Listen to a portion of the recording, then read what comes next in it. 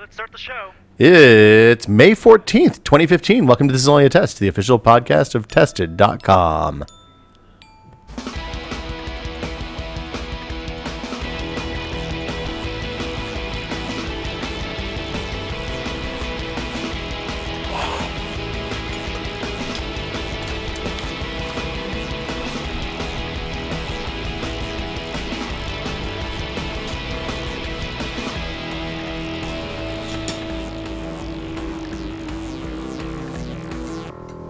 I'm Will Smith, seated directly to my left, wearing the high headphones right now. Norman Chan, how you doing, sir? That's me. Black Blood of the Earth treating you well today? Fantastic. Beautiful. This is my first experience with the Black Blood. Jeremy Williams is here. Hi. Drinking the Black Blood. Black Blood of the Earth is a Phil Broughton creation. It is vacuum distilled, cold brewed coffee, concentrate that you add hot water to. Most people do a 1/4 to 3/4 or 1/3 to 2/3 ratio of coffee. Coffee's the small size, and then water is the rest. If you drink the distillate directly, it can contain enough coffee to kill you. So you got to be careful. Caffeine, yeah. Where can you buy it?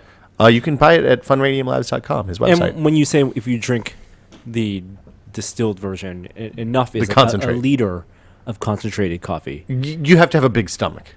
would be too intense. Yes. My mom makes her own cold brew coffee that she puts in the fridge and does this exact thing with, where she will use it as a concentrate. Well, the finished product, yeah. So he makes his cold brew in a vacuum distiller with like fancy laboratory glassware. Wow. So it's he creates a vacuum, and then that makes the water boil without breaking down the esters of the coffee. My mom it's a does more not do involved that. process than what your mom does. She doesn't probably. do that. But the concentrate works the same way. And if you don't like a real acidy coffee, you can drink the cold brew concentrate with hot water, and you don't get a lot of the acid that you get in normal black coffee. It's very good. Learning something already. That's what we do. Guys, Norm told me this morning about something that made me very excited. We've talked about the new Muppet show coming to ABC's this fall on Tuesdays before, but they have a trailer. Have you watched the trailer? No. You haven't watched the trailer? Nope. I'm surprised there is a trailer because there was the first screen release like a week ago, It's really and now it's just snowballing. it looks really good. I can't wait. It's self-aware in a way that you always have expected the Muppets to be. There's a really good bit with Gonzo, which I like. Statler and Waldorf make an appearance. All my favorite Muppets are there. The Swedish Chef, Beaker, good, yeah. Bunsen Honeydew, Dr. Teeth, You know the band. He wasn't a part of my Muppets growing up, but the lobster, is he a lobster? No, he's a prawn. Oh, Yeah, he's a late addition. He says, "Okay, yeah, come on, man." Yeah, what is he? Is he supposed to be like an English hipster? Yeah. I don't know. He cracks me up. He's my new favorite addition. Really? Yeah, I hope he's in the show. I like the rats. They're funny. Yeah, the rats are good. Let's just be clear. I like all the Muppets. Not so much the Muppets. Is it Pepe? Pepe? Pepe. King Prawn? Yeah, Pepe the prawn, Pepe. yeah. He's 4 hands. Well, he's a prawn. He has extra arms. It's hard puppeting. Oh, boy. That's funny. Did you grow? So you're the right age to have watched the Muppet Show when you were growing up, Jeremy. Absolutely. But Norm, I think you probably were young. in the movies. Oh, When did it run? Like 78 to 82 or something like that? 76 to it was like late 70s, early 80s. Yeah, I synced up right with that. So it is the great crime is that only 3 seasons are available on like to watch now. Like you can't find the last 2 seasons because they released them on DVD and they released them one at a time, and like as the sales tapered off, they stopped making more box sets. Wow. Which blows because the first season is, we've talked about this before, but the first season is pretty rough. The first season's a little low budge. Like it looks like the kind of thing that with today's technology, a group of say a dozen friends who are good at making puppets could make in their garage. Did it require a little more suspension of disbelief? Could you see that they were puppeteers?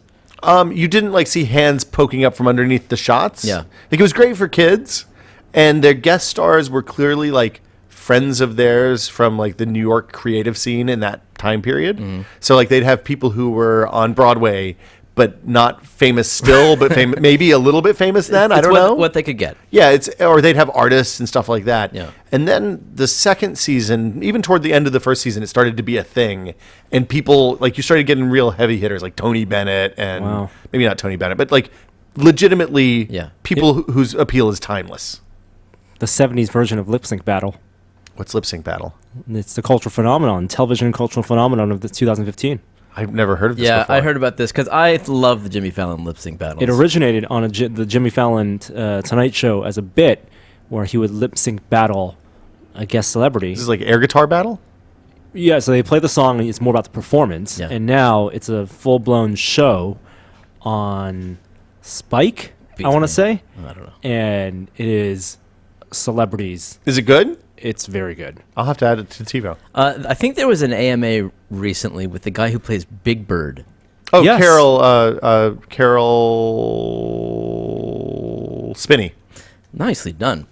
And he told a very heartening story about, he told a few stories. The happier story that I read was he was changing costume once when they were on set, and accidentally a child saw this happening. Oh, no. And the child was startled and ran away. And he yelled, "Give me back my the head," immediately. And he threw it on, and he chased after the child. And he found the child, and he said, I'm okay. It's Big Bird. It's me. I'm okay." And the kid was relieved and said, "Oh my gosh, I thought that man was trying to hurt you." So, Wow. you know the secret of Big Bird, right? Have you seen like how Carol Spinney fits into the Big Bird costume before? No. Yes. So, if your kids are watching, listening, make them go away now. We'll give you a moment. Well, the reason the AMA is also there's a documentary about Big Bird. being Big Bird. But he's like one arm goes up into the head.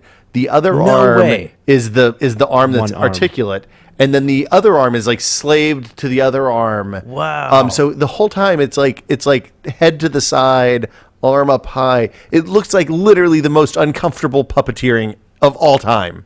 That's amazing. Yeah. So he's still doing the standard Muppet, handheld Yeah. mouth movement. I think there's an armature or something that moves the mouth. That's but yeah. so cool. But is Big Bird a Muppet? I don't think Big Bird's a Muppet. Yeah, Big Bird's a Muppet. No, Big Bird's made of felt and fake feathers. Well, now- I think Muppets have to have the vinyl fur stuff. Muppet is a combination of puppet and marionette, right?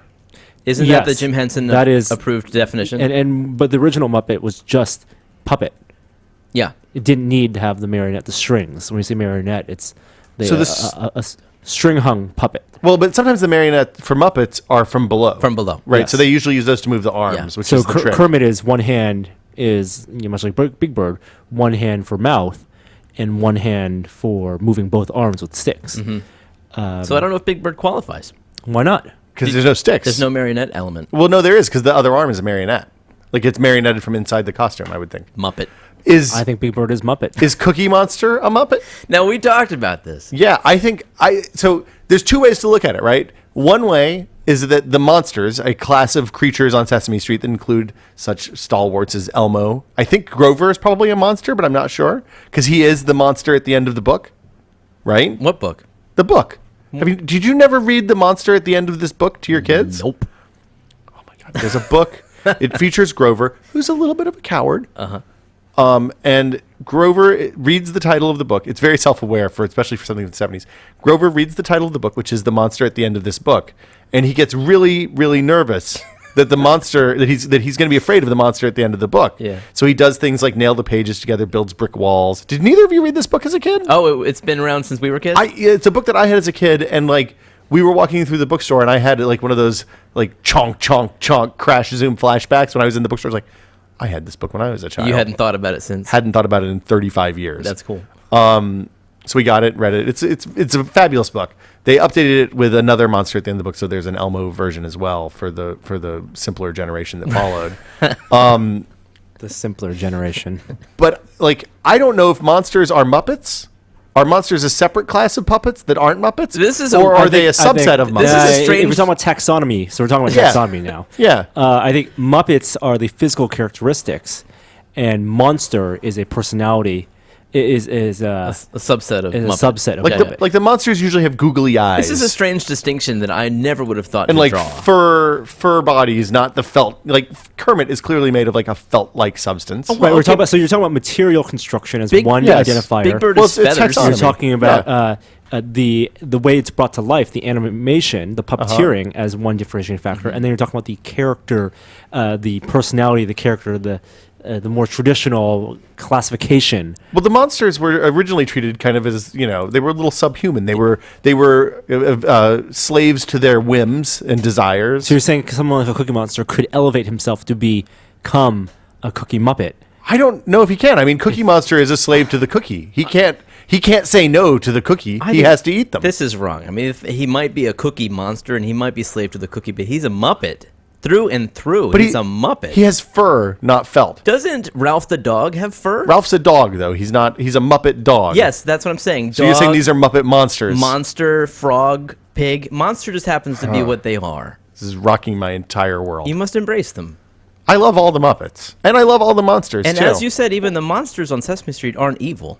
Nobody's evil. They're no, all- this yeah. is my only. We talked about this before, but my only complaint with what is otherwise a fabulous, like 2010 or 2011, The Muppets movie with Jason Segel and Amy Adams, is that there are evil Muppets in that movie. The Muppets, undeniably evil. Well, it's evil I suppose, in the sense of good and bad in the Muppet universe. They are monsters in both forms of the word. There is the bad guys, like the seriously bad, the guys who work for, the guy from American Beauty, the evil man, Tex Murphy, who raps. I'm Tex. No, Tex. Oh, Chris Murphy. Cooper. Yeah, Chris Yeah, Cooper. Chris Thank you. Cooper. So the Muppets that work for him, Yeah. they're. I mean, you can tell They're that Muppets. They feel. They're not Muppets. Those are the Muppets. Muppets are the bad band in Las Vegas. Also the Muppets. They show up as his henchmen. I don't think that there should be evil Muppets. Okay. No. I mean, It's a very naive way to look at the world. I agree with you. Hold on. Are the Muppets Muppets?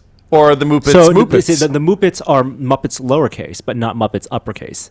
Muppets uppercase are the band, the troupe. the troupe. Yeah. Even if you are by design, by physical design, a Muppet lowercase, you have to earn the right to be Muppet uppercase.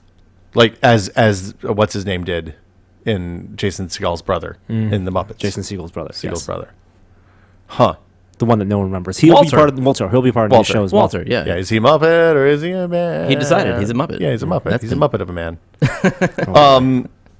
I am very excited about this. It's going to be shot like The Office, fake documentary style. Story Rock. Which I think is 30, perfect, yeah. Because, like we talked about before, the Muppets was Muppets was the original version of that, The show. where it was the backstage story, Yeah. of the stage performance, and Yeah. so it's perfect. Well, I mean, the neat thing about the original Muppet Show is you see the stage performances. Those are kind of the centerpieces of the set. But the thing that really tells the story and tells the story of the Muppets and brings those puppets to life Makes is them- the backstage drama Yeah. and the interaction of the human guest and the Muppets. So like when Steve Martin comes on the show, which he did, I think, a couple of times, and plays the banjo and puts the arrow through his ears and the whole thing.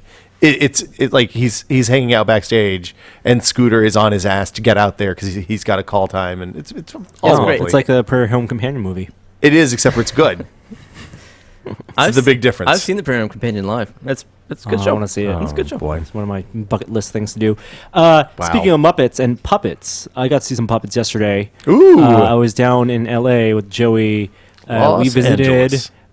the prop store collection of Rick Baker's entire history. Was this of in works. Prop Store's warehouse? They they rented out an entire second warehouse to house this collection, which is going on auction end of this month, May 29th, on their website and in person if you're in LA area. I think the Universal Hilton.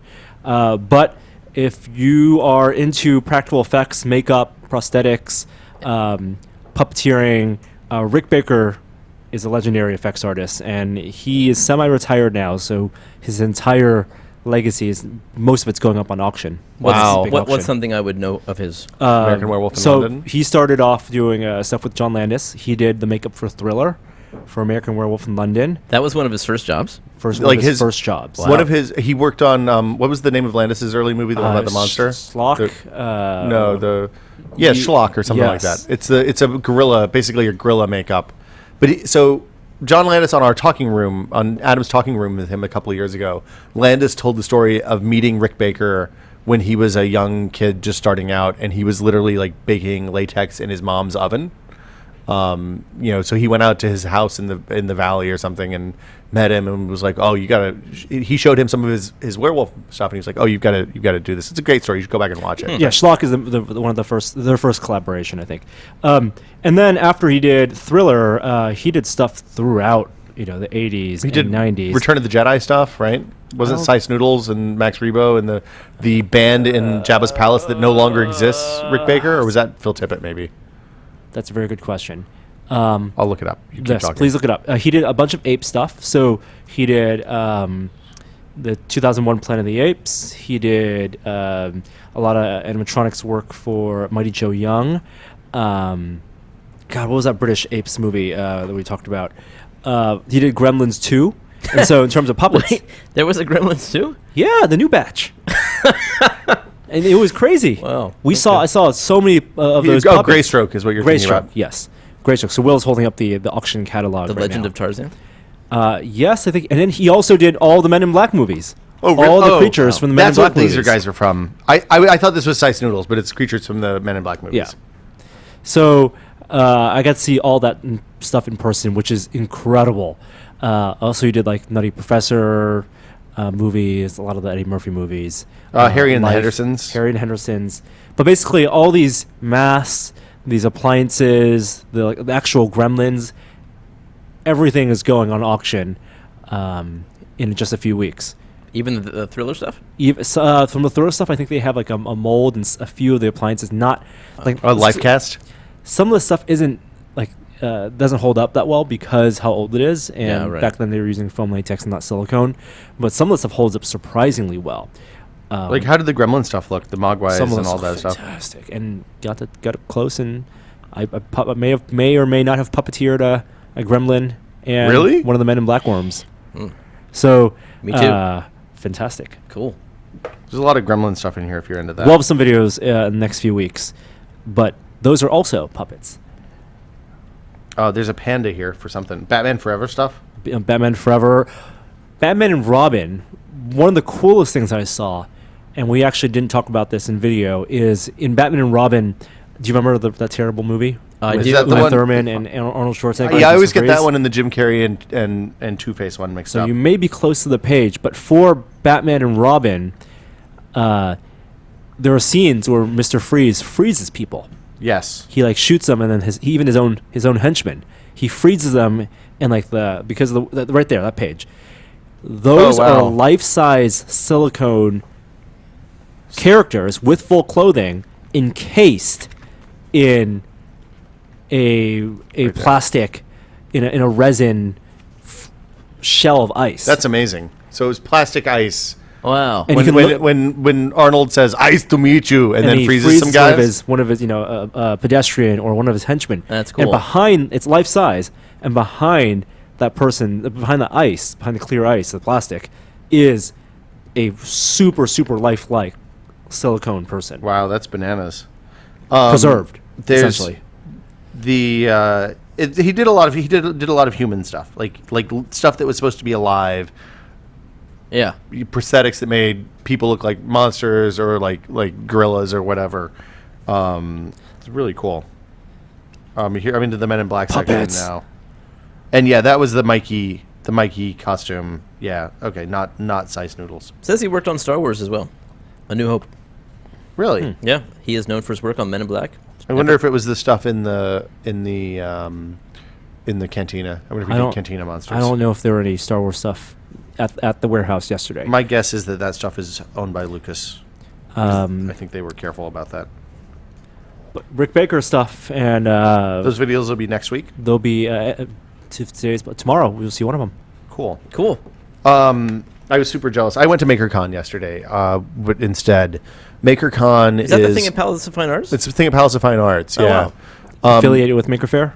It's put on by Maker Faire. It's so basically, if Maker Faire is for people to come and gawk at people who make cool stuff, and for people who make cool stuff to come show it to the general public, MakerCon is for people who are either in the process of turning the things that they make into a business, or want to start exploring that, or are pushing through. So it was a kind of weird, good weird, but it was a mix of like people who make stuff that's awesome from like 3D printers to garage kits for things that like it's a lot of stuff that we'll actually see at Maker Faire this week. I went partly to see what MakerCon was about, partly to see Chris Anderson give the keynote, and then partly to scout out stuff for Maker Faire this weekend when we're shooting.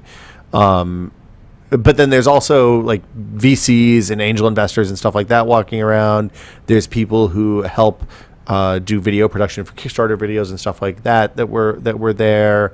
And there's people who've done successful Eric Klein, who's a friend of the site, did a session in the morning with some folks from Kickstarter and other campaigns where they just kind of answered questions about like how to figure out what the right price for your Kickstarter is, how to figure out like all of that stuff so that you don't end up in a situation like I know when you were working on your Kickstarter, Jeremy, one of your fears was that you would not account for either massive over success or just barely hitting the number that you wanted to get and end up out of pocket to fulfill all the Kickstarter backers and stuff like that. So yeah, they talked a lot about that stuff. Intel and NVIDIA and some of the other big sponsors for Maker Faire were also there with projects that were using their technology. So there's a lot of like computer vision stuff from NVIDIA.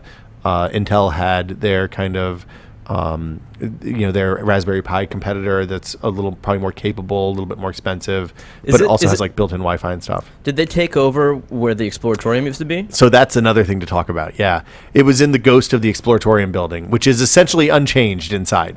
Well, the structure of the Exploratorium building, and the Exploratorium building, we should explain what that is the Palace of Fine Arts that was built for the 1915 Pan Pacific International Exposition. Nice, Mark. And Good. One of the reasons that that building still holds up is because it was one of the few buildings. Artistically, it was beautiful, but it's a Palace of Fine Arts. So in that World's Fair, essentially, that was the pavilion where the art for the world was housed. And so for the art to be insured, the festival organizers and the World's Fair organizers need to build that building up to the standards to survive an earthquake, basically. And so that's one of the few reasons that building still stands today as basically the last remnant of that World's Fair. For people who haven't seen it, it feels like an airplane hangar in there. It is. It's very high ceilings, humongous. massive, long. And outside, there's this giant lake, and they've restored much of it. But before 3 years ago, it was the home of the Exploratorium, which was we talked about before, one of the first science museums in the country and a designer of science exhibits. That has since moved to the Pier in San Francisco. So that empty shell of the Palace of Fine Arts now, at least as of earlier this year, is hosting a small exhibit about the World's Fair. Yeah. I would have loved to go on to MakerCon, but it's not cheap. It's not like Maker Faire. No, you get a ticket. It's $1,000. Yeah, it is like if you're going to go, you should be prepared to learn, and you need to get something out of it if you're going to spend that money to go. I talked to a bunch of interesting folks who have good projects. I met the guys who are doing the keyboard, the couple who are doing the Keyboardio, which is another. Norm and I have both been using the Ergodox lately.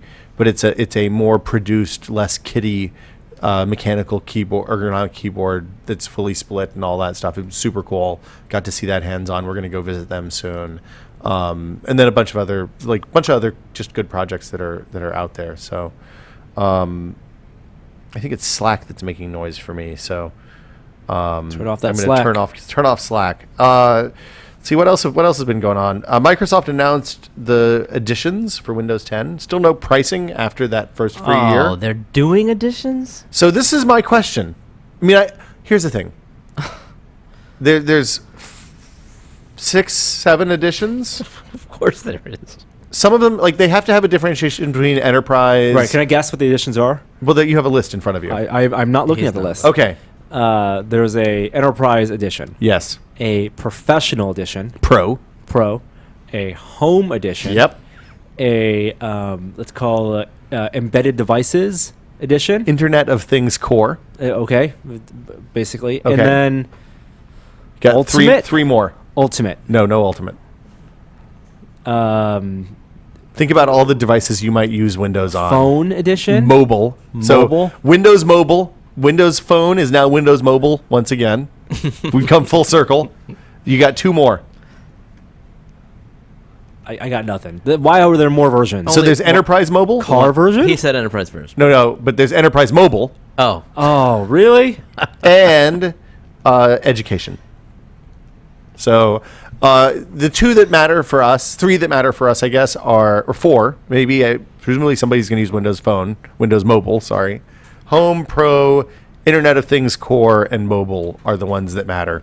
It seems like Pro has all the workgroup Active Directory enterprise stuff, as well as the BitLocker, so you can encrypt your hard drive seamlessly using the TPM module on your motherboard. Home is home, like just the bare bones.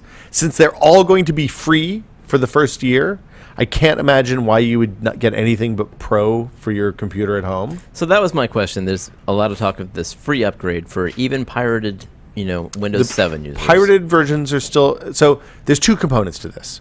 One is that you're not going to have to download an ISO and all that. You're going to be able to get the update through Windows Update. That's what they say when they say they're going to upgrade pirated users for free.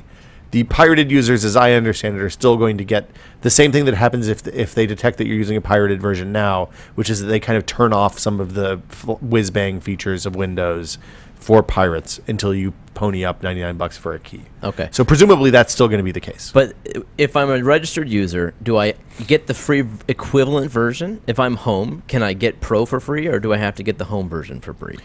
Previously, Yes. you've been able to go up. So you've been able to go from Home to Pro or from Pro to Ultimate, which doesn't exist anymore and hasn't since, I think, Windows Vista, maybe Windows 7. I can't remember. You won't be able to go back down. So if you have Pro, most likely you won't be able to go back down because of things like BitLocker. So if you have your hard drive encrypted with BitLocker and you want to go from the BitLocker version of Windows to the no BitLocker version of Windows, But who would want that? well, people will do all sorts of dumb things if you give them the option. But it's a free upgrade. Are you saying it's only free for the first year and then I have only to pay? free for the first year. I thought there was a window in which I could upgrade. Yeah. If you upgrade after that year, you'll have to pay. Oh, fine. There's no cost. They want to get you on Windows 10 Then why the tiers? For after the year's over? for after the year's over, Oh my presumably. God. Support. All right. And also, normal people don't need all that Active Directory crap. They want home group. But home and Pro, come on. It should all be Pro. It should just be Windows 10 It should exactly. Yep. for users. We are the users. They still haven't announced price after the year. I think to reiterate things we've talked about before, they didn't have...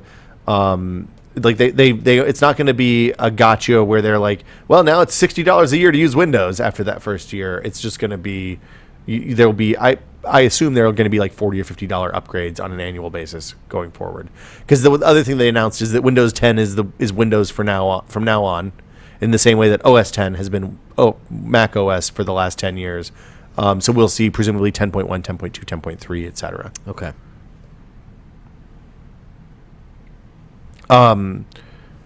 AOL and Verizon. Verizon's buying AOL for Ooh. billions of dollars. Surprising. How much money? $4 billion, I think. $4.4 billion dollars. I guess you can't round off that tenth when it's $1 billion. Kind of a big surprise move. Now, I know. Okay, let's get this out of the way. Haha, Verizon is buying a dial-up company. Ha Haha, 100 free hours on Verizon. What's Verizon going to do with all those Ha-ha. discs? Okay. Do I get AIM free with my iPhone 6 Plus next year? It doesn't make it funny just because you're making fun of yourselves. It's not funny. It's That's the point. Here's the thing. The point was that it was never funny. There's two things that most people don't know about AOL. Maybe three. Okay, so the and to preface that, a lot of people are like, "Oh, this could just be like, for example, Comcast Buying and Time Warner. Time Warner." Yeah. exactly. Where Comcast buys a media network company, buys a media company. Well, but Comcast and Time Warner are both ISPs, theoretically. they're- Well, yes. they're big, larger companies, but Yes. Comcast owns a bunch of other stuff. Time Warner is primarily an ISP. So Comcast was trying to expand the reach of its ISP network, assuming. Or let's say, in a better example, Comcast buying Viacom. Yes. Yeah. So, But this is not that either. well, okay. So AOL does three things. There's all the legacy crap that we all think about, and they still have a bunch of dial-up subscribers that are generating a fair amount of money. Yeah, millions. Like a couple million. Couple $1 million. It's not. No, customers. Oh yeah. It's amazing. Yeah. Well, I mean, there's a lot of the country that doesn't have broadband, and a lot of people that don't give a shit enough to pay more than $10 a month for internet. AOL also has a really advanced ad platform. This is full disclosure time. AOL sells ads for tested for .com, not for the YouTube channel. Okay. I also used to do tech support for AOL. Really? Yes. That was one of my first jobs. Like on a call center? Yeah. I still use AIM. Full disclosure. Norm and I actually still use AIM fairly regularly. We have Slack now, but we still also use AIM. Okay, so AOL does that. They have advanced ad serving on both desktop browsers and mobile. Mobile is a thing that everybody's kind of freaked out about right now because mobile traffic is growing at a pace that far exceeded what the advertising industry expected. People are using their phones to browse the web much more than they were 2-3 years ago, and it's ramping to the point that like a lot of sites are seeing 50+% of their traffic on mobile. And right now there's only a few companies that are actually selling mobile ads and making money at them, and Wow. AOL is one of them. And we're not talking about mobile banner ads. We're talking about all sorts of ads in the mobile space. Mobile banner ads, embedded Video. ads, video, and in apps, I think too. I don't know if AOL does in apps, but it's relatively easy once you have the infrastructure in Is place. that to do their the other stuff. primary revenue stream now? I have no idea. Okay. And then AOL also owns a bunch of content sites, including such behemoths as the Huffington Post, and then all the old TechSmith sites like Engadget, and I think they shut down Joystick last year, but a bunch of those sites are still around. And then TechCrunch as well, and all of the TechCrunch. I think a lot of the TechCrunch events, but that might have been. I didn't know that. Huffington Post. I said Huffington Post first. Huffington Post is still like when you look at like top 15 sites on the web, it's one of the largest sites on the internet, consistently. And because of Huffington Post being so big, AOL is also that makes AOL's like. If you look at those, when you look at a Huffington Post article, I don't know if you go there often, but at the bottom there's almost always a video that's somehow tangentially related to the article. Those videos all have ads in front of them, or many of them do, and those ads that they're selling to viewers of Huffington Post make them one of the largest distributors of video ads. It's like obviously YouTube is number one with a bullet, and then it's a fight for number two, but it's still a massive amount of traffic, a massive amount of money. So Verizon has a vested interest in selling ads on mobile, and presumably that's what they want. It's unclear what they want with the content side of AOL. So we'll see. We'll see what happens. Super. There were rumors about this in January, and then they kind of petered out, which usually means that it's not going to go anywhere. And then wham, out of nowhere, a couple of days ago, hey guys, AOL is buying Verizon. Other way around. Verizon's buying Yeah. AOL. Yeah, It's in- switch that, reverse. We're not it. 10 years ago. Yeah, It's kind of like a Google going the other direction, getting in the fiber. You know, where Google went into the telemarket or telephony industry, and Verizon's going the other direction. kind of. But Google did that to apply pressure to the incumbents. Yeah. And Verizon is doing that because they want to remain relevant in an ad world Yeah. that focuses on mobile. So Verizon is, as an ISP, is not a company you normally also associate with a company that wants to sell ads. I mean, I look at like what Comcast has experimented with DNS replacement ads and stuff like that.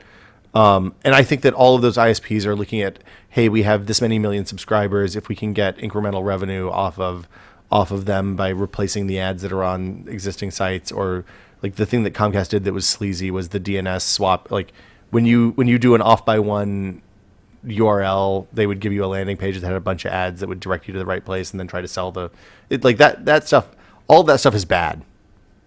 But having good mobile ads helps people like us continue to make content for free for consumers, for people who want to read it and view it, which is, I think, good for the web, even though nobody really likes ads that much. And how is this going to affect end users or let's say readers of those websites? I'll bet they'll be Or very, Verizon subscribers? they'll be very careful. Presumably, I mean, so Verizon launched a content site last year. There was a tech site that they wouldn't let cover things like net neutrality and Verizon being dicks to customers, which makes it, that's a core part of like sites like Ars Technica's content plan.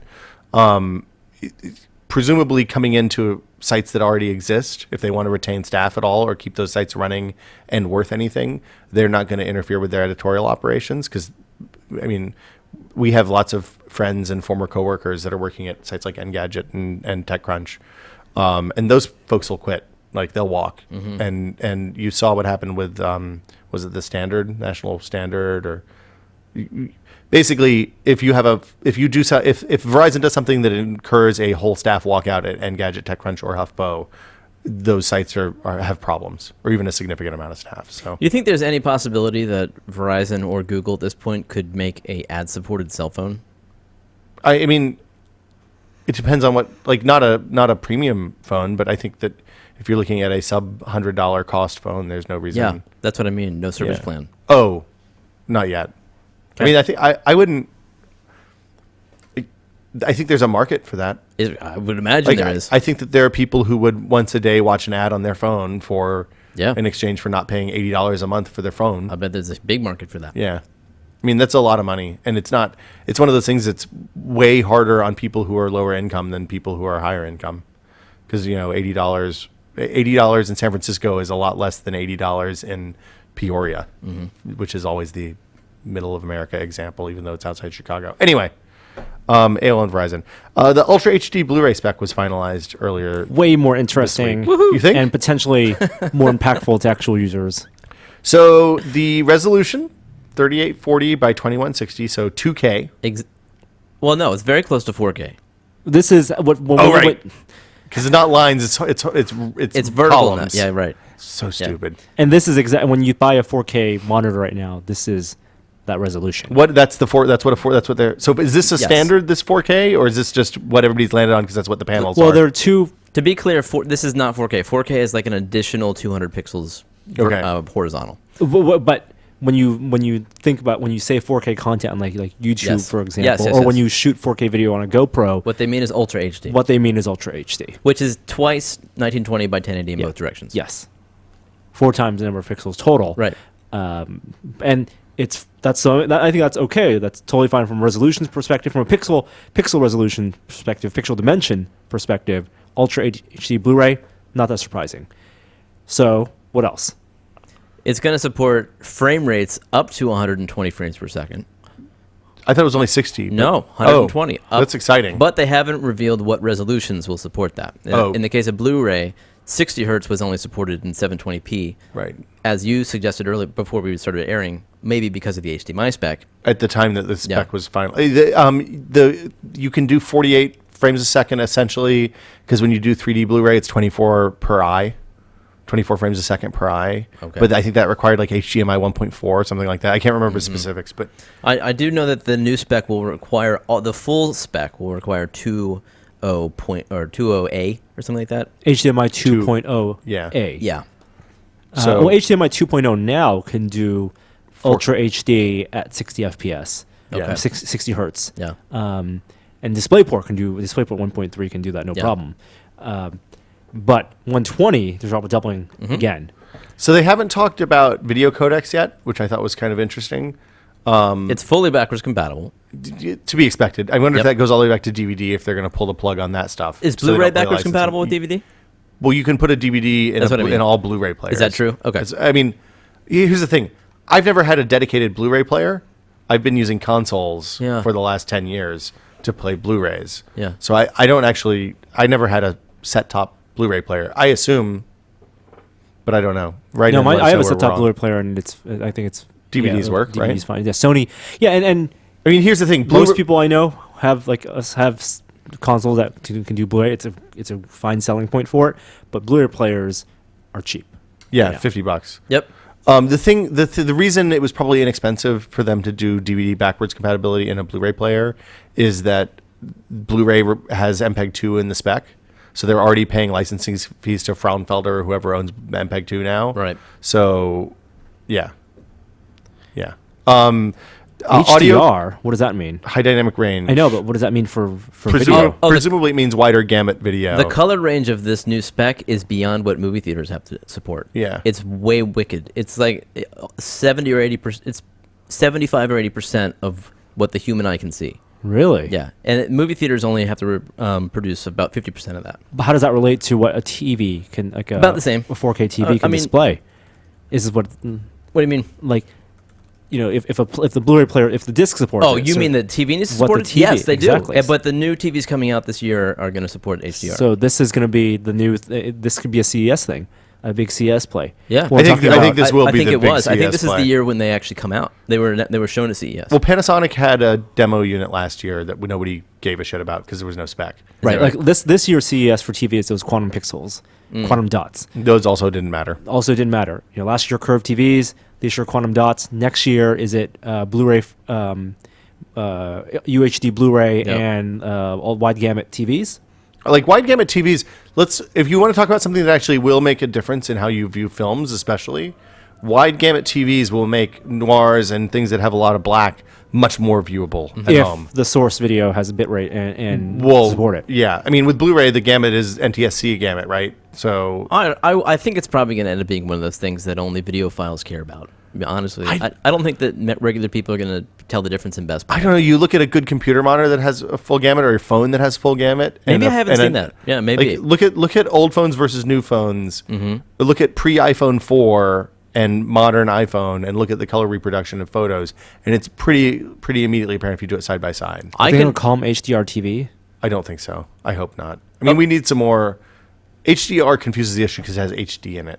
They're going to call this Ultra HD plus, Ultra plus. Right, and it's a different HD. Both words are Yeah. the one word's shared. High. But they're not. Nobody looks beyond the acronym when you're buying a TV at Best Buy. If anybody still does that. It might be an opportunity to consolidate HD-R TVs. Oh goodness. Well, if we have hyphen, then they'll end up also being a competing standard. It's HD plus R, so we don't want that.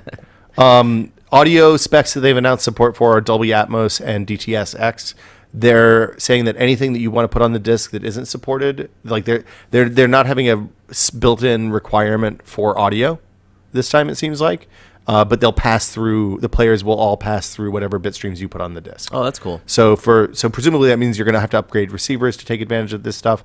My hunch is that there will be fallback for Dolby Digital and DTS HD and Dolby HD minimum On the disc. on the disc As separate tracks. Yeah. Yeah. Or alternately, these new specs will degrade gracefully when presented with this DTS HD decoder. Here's the fact that the spec is out, and to some extent, this echoes physical port specs and how slow, like for example, the USB specs and video specs take to get certified, get to manufacturers. It takes nothing for Amazon or Netflix to just say we're encoding differently, Well- we're recording differently, editing differently, and we're going to pipe out a better signal. It does take something because if they want to change codecs, then or go beyond, like there's a min spec for H.264. If you look at like popular boxes, the Roku 2 is probably less capable of high level H.264 decoding than say, and the Apple TV 1, the current Apple TV are less capable than say the new Roku and Chromecast, and I'm just pulling things out of my but there are different levels of capability in terms of H.264 decoding. There's no capability right now, as far as I know, on anything that you can buy in the $50 to $100 price range for H.265 decoding, which presumably, since the disk sizes are getting bigger, but not by much, while the pixel count is quadrupling. Have we mentioned the disc size yet? It's 60. What you said, 66 gigabytes per layer? Or 100? Yeah, or 100 per layer, No, or total. 120. I don't know how many layers, but it's 66. The option with Blu-ray was 25 or 50. Yeah. This is 66 or 100. At some point, does this disc get close enough to, where the master? I mean, you're going to be doing some compression, but to make it truly archival. Like your 4K master for, I think anytime you're talking about lossy decompression, it's not archival. Right. Well, I mean, yeah. So And the compression gets better. They got the resolution right though, because I think most of the people are archiving at 4 or 5K. That's pretty. This is pretty great. Now they're doing film transfers at 8K. Oh, is that which right? is capturing grain. Yeah. Depending on how the film was, because the thing is, film grain can be tiny, can be huge, Mm-hmm. depending on what ISO film you're using, how it's exposed, how it's developed. When they do 8K, theoretically on most, as I understand it, and if you're in the audience, there's probably people in the audience that understand this stuff much better than we do. So I would love to hear comments on the fine details of this. My understanding is that when you're doing like 8K shots of most film, you're getting better resolution than the grain of the film. 8K digital shots, you mean? 8K digital transfers. Okay. So, but I mean, again, we're not experts on And that. that's 35 millimeter, not 70 millimeter. 70 millimeter is a whole different problem. Yes. So they didn't talk about video codecs. I have to assume this is H.265 or something. I assume that just like Blu-ray has a melange of codecs that it supports, including MPEG-2 and VC1 and H.264, there's going to be H.264 as a bare minimum, and then 265 and probably something else that somebody else jams into the spec. And as time goes on, the discs will probably end up looking better as they have with each generation. Yeah. It seems like authoring houses have to learn codecs, just like anyone learns new software. Well, and like when H.264 became mega popular, like if you think about it, H.264 is less than 12 years old or 10 years old. From a piece of paper to a thing that is literally encode and now decode and now encode is built into everything you own. That's like a 10-year cycle. So, Right. And that's the difference between early Blu-ray players being terrible, because they were doing software H.264 decode, and now you being able to play 1080p video on your phone. So apparently, HDR televisions and video was a big topic of discussion at NAB this year. Oh. Because that was just last month, right? That was just last month, and I mean, we're talking about the pipeline, how these things are being recorded in those cameras and being processed. That's all at NAB. I mean, Amazon, that makes sense because it means that they have to sell new cameras to do that because you need better sensors to do HDR, presumably, right? I don't think so. I think that what they're recording, especially in film, we're not seeing all of it. Or But if you're shooting RAW. It's Yeah. So it's a lot of the workflow. And if you're shooting ProRes, I think you get more color gamut. You can bring out more. Amazon already announced that Prime is going to get HDR this year For probably stuff that they're producing. for stuff they're producing. For what streaming service? For Amazon Amazon Prime. Instant Yeah, Video. but on what set-top box? I think I'm sure their stuff presumably will for support desktop. it. Yeah. I'm sorry? Again, Desktop? I think that they can change their feeds. Whether or not the device manufacturers, the playback, Right. supports it is up to them. Yeah. But I think just like Netflix is doing 4K, but no one can watch 4K yet. Very few people have the decoding. Amazon can just say we're supporting it, Right, I hear you. and then it's up to whoever makes the right hardware. So there's two other things we haven't talked about. One is that obviously the DRM is going to change so that all of your existing Blu-ray ripping workflows are going to have to be reworked and people have to crack the new spec and it'll be harder just like it has been with every previous generation. Well, three things. We should talk about whether it even makes sense to do another disc-based format at this point. But it also highlights the challenge between getting a consortium of companies to work together to make a disc standard versus, say, being Amazon or Apple or one of the set-top box providers and that owns both the hardware and the software as Amazon and Apple do, and Microsoft and Sony to a lesser extent with the PlayStation and the Xbox. Their ability to roll out things like 4K and HDR and all that is literally tied to their ability to get content and their ability to have hardware out that runs it. They just have to sign the deals and say, like Like Netflix says to David Fincher, make sure you shoot in 5K for next season. Yeah. So we have it. Amazon says to all its people, and that's right. Or Amazon Sony says to all the Sony Pictures films. use our cameras, Yeah. use our workflow, and Amazon, they're the only ones, like Netflix doesn't sell a box. Amazon does sell a box. Bill Gates, at the introduction of Blu-ray around the same time, he said this will be the last physical media.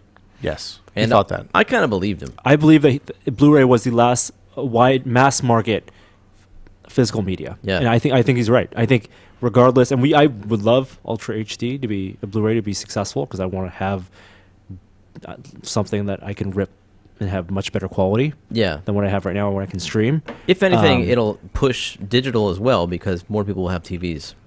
But digital, just the convenience of digital. Oh, yeah. is proven. Yep. Well, so I mean, this to me says that we're this close to 4K on a disc spec. Says that if Apple actually announces a new Apple TV next month, it'll be a 4K box, and when Amazon shows a new Fire TV at the end of this year, those will also be 4K. Rumors are the Apple TV is not 4K. It's just got storage. May not be turned on for 4K, but I hope so. yeah, I don't think anybody has I don't know what the situation of H.264 decode hardware is now. Like Apple's not going to introduce something that's not H.260. Like they're not going to. I don't think they do 4K without H.265 because the file sizes will be enormous. Right. And they're like, of the streaming providers, I've always found the Apple stuff to be a little bit better looking. How long has the H.265 been in a finished 2 spec? 3 years maybe. Oh, wow. Long enough. Okay. I would think. I don't know. And a lot of the work on the chips usually starts before because they'll work the underlying math out in advance and then finalize the details about packaging and all that stuff that happens in software late. The Lily camera. This was interesting. This is a Kickstarter. We got a ton of. My Twitter lit up with it. I don't know if it's it's just pre-order. It's It's a pre-order for a thing that is going to exist soon. It looks like a quadcopter based camera that is solely for use as a camera. It's for video, which is different from, for example, and stills, but video is the big thing. And it is kind of the evolution of, remember at CES, one of the big things that Intel did with their Edison chip, I want to say it was, before I pronounce that wrong, was that small quadcopter that you throw out on stage. Like you throw it in front of you and it takes a selfie and it comes back. Yeah. I won't get the name of that company. It is the Edison chip, but it's Whirlybird was the name of that. The one that takes off your arm? Well, you can wrap it on your arm. You can wrap its arm as like a wristband, and you unfold its arms out, toss it in front of you, which, as we demonstrated on the podcast. No, that was that's something you'll see in the future. As you can demonstrate right now, quadcopters and the gyros and the sensors built in, and the It's not charged. Are you not charged, Will? Okay, I'll plug it in, and we'll demonstrate in like 8 minutes. You can throw a tiny quadcopter, lightweight one, out in front of you, and it will stabilize without much difficulty. So the idea behind that Intel Whirlybird project, or the Whirlybird project using an Intel Edison chip, was that you can throw it in front of you, and it'll hover, it'll know the distance, and it'll take a picture of a camera facing back towards you. It was doing face tracking and body tracking or something like that, right? And then, or not face, it just knows the distance. It was a very basic project, and then it comes back and you can grab it, and you have free flying selfie camera. They had a marketing video where a guy was mountain climbing and using it. I thought it was pretty compelling. I thought it was, it's idea. a really, really neat idea. It seemed terrifying if you're mountain climbing to have the quad fly out. It seemed like a good way to lose a quad. Or it's already terrifying. Or your life if you don't it's not jump off cut the ropes to grab the quad. But at least it would be documented. 3 limbs for the mountain. Just the picture. 1 limb for you. It might be a blurry picture though. The Lily camera is like that, but also then adds a video capability. So the idea is it's bigger, so it's not something you're gonna wrap around your wrists. It's I don't know how it seemed like backpack size, like a 200 millimeter. It seemed like bigger than a 250 millimeter racing quad, but smaller than a Phantom or definitely an Inspire. But you wear a tracking device, right? On your wrist. It's like a big circular. Also remote control. It seemed like. Is that right? Or like the. So the idea is you throw it to deploy. Yeah. It hovers and then maintains distance from you and tracks you and shoots a video of you as you adventure. So the videos that they showed were like people in a sea kayak getting footage of them kayaking. It's waterproof, so you can throw it in the water. That was cool. I saw him throw it in the water in the video just now. A lot of people said, have said that like those brushless motors that are in quads are essentially waterproof if you rinse the salt off immediately, so they don't corrode. I'm really skeptical about how well this is going to work. That was my initial reaction too. It's just like anything. If it doesn't have any awareness of the trees or obstacles around you, it's going to run into things. Yeah. So the way you solve for some of that is obviously you as a user have to be careful, and you have to only use it in scenarios where you're going to have the right distance. Yeah. And I imagine that you can configure, like we tried with that Phantom 2 Autopilot app. You can configure the distance, the angle of attack, and the rate at which it's updating. But they didn't show any of that stuff in the video. They showed a thing that's magic, which, like, this is the thing that annoys me about a lot of the current wave of crowdfunding stuff. And even though this is a pre-order, they're essentially treating it like a crowdfunding campaign as pre-order process. Well, why don't you say this is a problem with selling you a product taking money from consumers for a product that you haven't demonstrated in actual in life. So for me, like I'm totally fine metaphysically speaking of using Kickstarter and Indiegogo and stuff like that as pre-order systems. Like I totally get that is a good thing for the companies. I generally don't participate in that anymore. I like to use Kickstarter and Indiegogo and those things to help things that probably wouldn't exist otherwise exist. So new categories, maybe like really low cost versions of existing category stuff like that. I don't like. Well, that's why you got to read the why it needs the funding. Well, Does it need funding for R&D? Does it need funding to scale its manufacturing to lower cost? At some point, it becomes a mass drop as opposed to a Kickstarter. Right. And then these companies, and I'm not saying this company in particular, but a company that uses a pre-order system that's not actually demonstrating products For a first-gen product. product. But the fact that they're doing it so they can either offer it at a discounted price or deliver to you faster, it really is not something most people should do. And yeah, just because it's way too risky. Like if you're looking at, say, how is it more risky than Kickstarter? it's not. I mean, I'm just saying you shouldn't pre-order stuff that's first gen. Okay. Unless you're doing it because you think that category wouldn't exist otherwise. Or you shouldn't pay for something as a pre-order sight unseen. Yeah. So, for example, I backed that ELO, the electronic arts, the art display. Basically, it's a fancy monitor that's I'm internet getting mine this connected. month. Yeah, mine's coming too. I'm excited. We're all getting ours this month. You getting yours this month, Jeremy? I am getting mine this month. Part of that first order. Right. Easiest $300 ever spent. But I backed that because I looked at it and was like, wow, this is a really cool thing. If it was up to some company to make this, it would literally never happen, or it would be shitty. But you And I understand feel all the like- technology behind it. And the technology was simple. Yeah, right. With this Lily thing, I look at it and there's like 15 points of failure beyond the stuff that we've talked about already. And anytime somebody says, "Hey, this is really easy to use," and they're talking about 3D printing or quadcopters or laser cutters or anything else that has moving parts, frankly, it becomes very difficult to actually to use in the real world. And the moment this got thrown in the water and then took off, I was like, well, okay, that sounds like bullshit to me.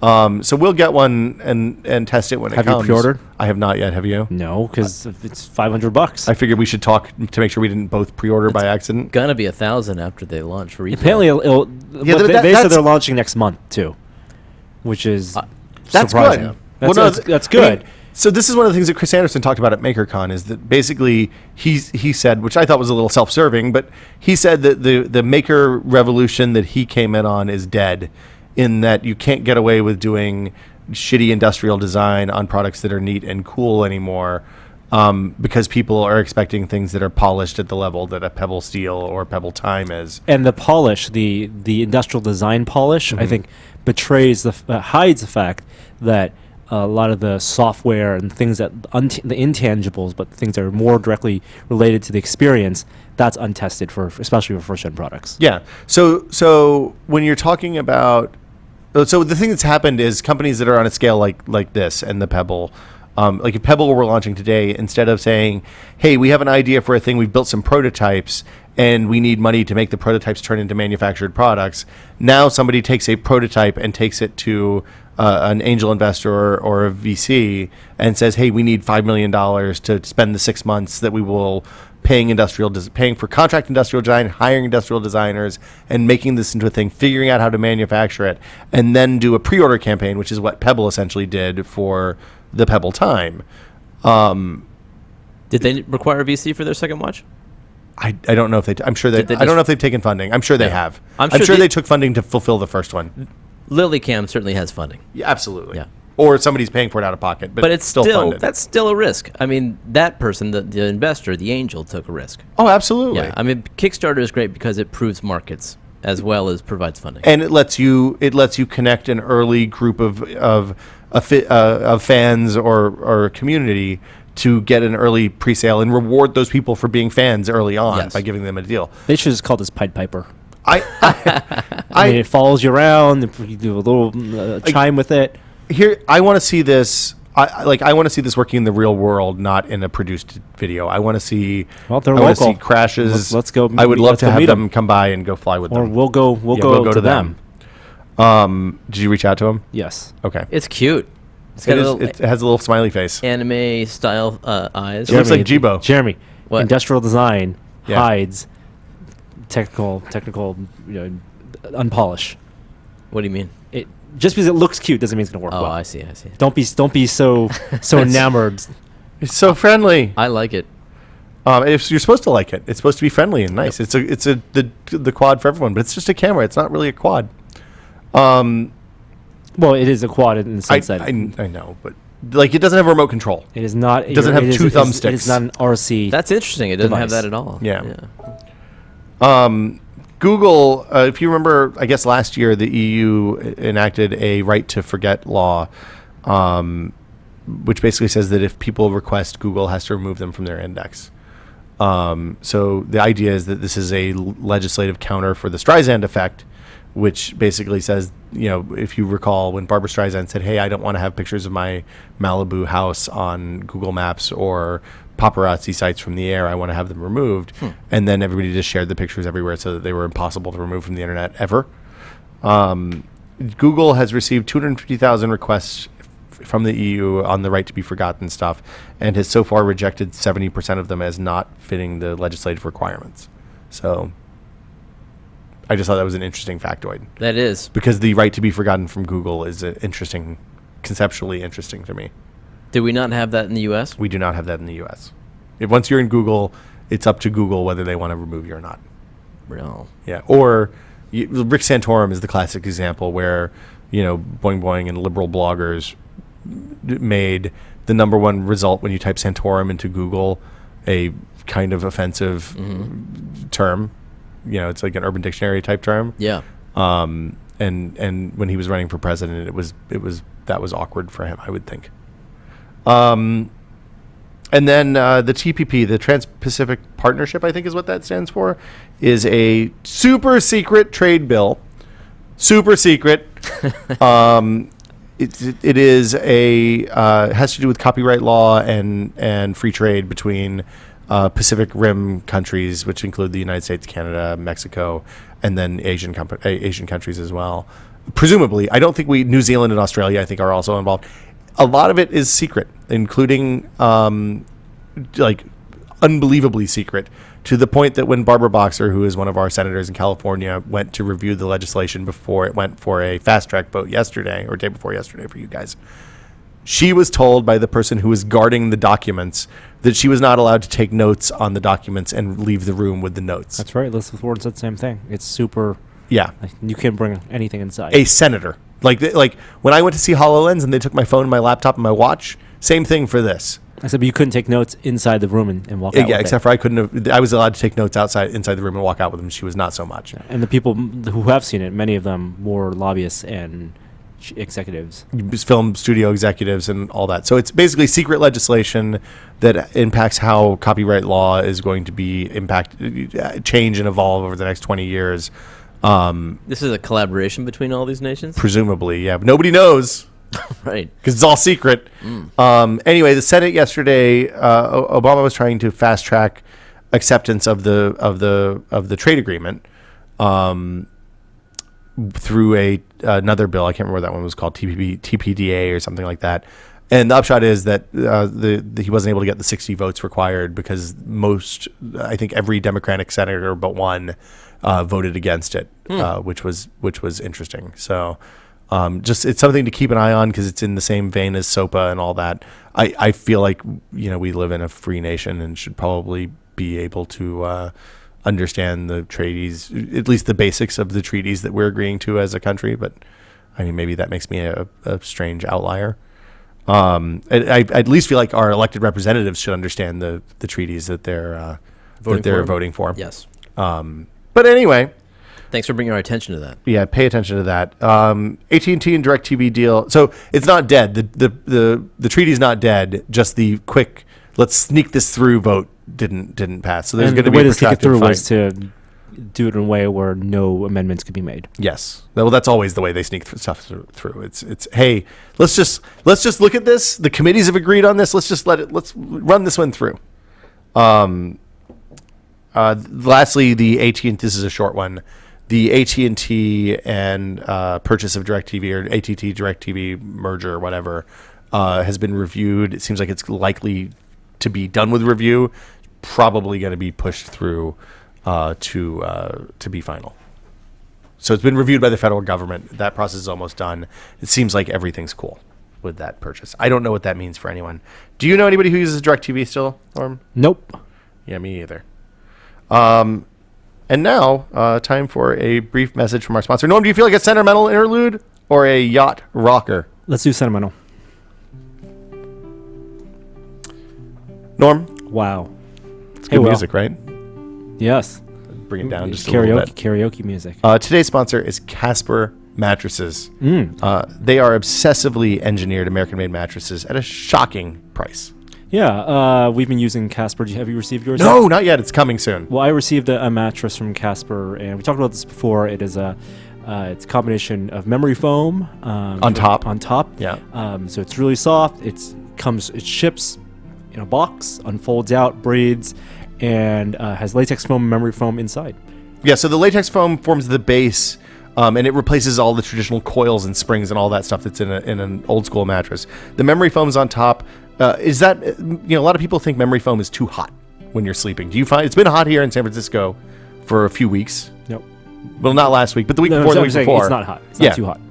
Not too hot. And also, a mattress is something you should definitely try before you live with it. You should actually, for all things that we test, we encourage you live with something. So with Casper, you can try it for 100 days, risk-free, and risk-free trial and return. And they'll pick it up, take it away if you don't like it. When I bought a mattress from the internet a few years ago, I didn't have that send back option, and it was super scary because I figured once I got it, not only would I have to figure out how to get it to the dump or to Craigslist or something, but getting rid of it was going to be a big hassle. So, 100 days free trial. They'll pick it up for you. It's neat. You like sleeping on it. They're shockingly fair prices. It's $500 for a twin, $950 for a king size mattress, and you can get it $50 off if you go to Casper.com, CASPER.com/test, and use offer code TEST. Thanks, Casper, for supporting This Is Only a Test. And now back to the show. Hey, we're back. I like that music, though. Ooh, it's pretty dreamy. It's pretty soothing. Next time you should put some ghoulish music. How about something from the Casper, the soundtrack? I don't know. That No, you don't like that one? No. What about a little Pineapple Fast Lane? So you got a little chiptunes thing happening there. That's pretty good. This may be the background music for the VR Minute, except for it's 5 minutes and 30 seconds long. That's a bomb defusal music. That is good bomb defusal music. Hey guys, have you ever ordered pizza using nothing more than emoji? How could that be? Domino's. How do you tell them what toppings you want? You get your favorite pizza. Smelly poop. Right. Give me your smelly poop pizza. I mean, if you're getting Domino's pizza, the smelly poop's not that far away. Either way you look at it. I also worked for Domino's. Really? Delivering or making? Yeah, delivering. Were you a pizza artist? No, I was deliverer. Were you in the 30 minutes or less era? Yeah, pre-cell phones too. So I mean, it was like wow. We had like a map in the car, like paper, like some sort of peasant. Right. Wow, that's amazing. I'm still getting the flashy lights here. My Cheerson CX-10A. There it goes. Did you try throttling up and down? Nope, it's beeping.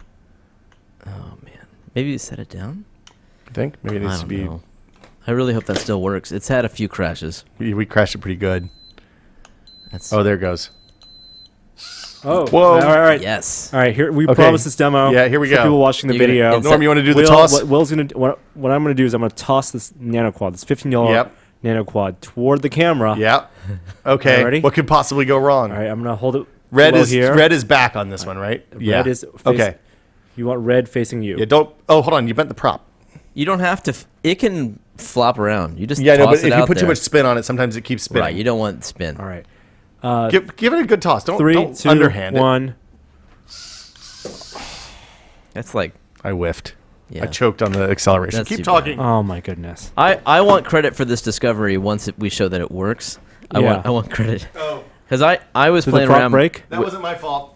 I was playing around with my Proto X at home, and they're a little more expensive than this, but I still took the chance and I just threw it up in the air and then hit the accelerator, and it worked. It's self uprights. The next step is the Phantom, Norm. I think we should. I'll try that. I'm game. Throw it off the side of a building. Flip it. Just throw it up high. Just toss it in the air. And then that's the cool thing. Trigger it. You don't have to worry about if it's upright or not. Make sure you have the right prop on. I know. It uprights itself. Amazing.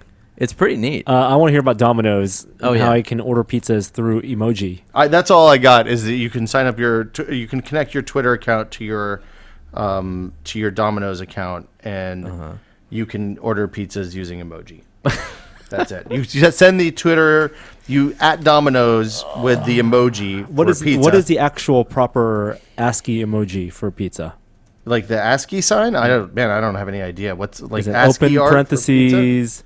What are you talking about? Like if you wanted to type in ASCII You can do English- that? I'm wondering. I thought it was like its own character It is, but I'm saying like what would be to draw out a pizza?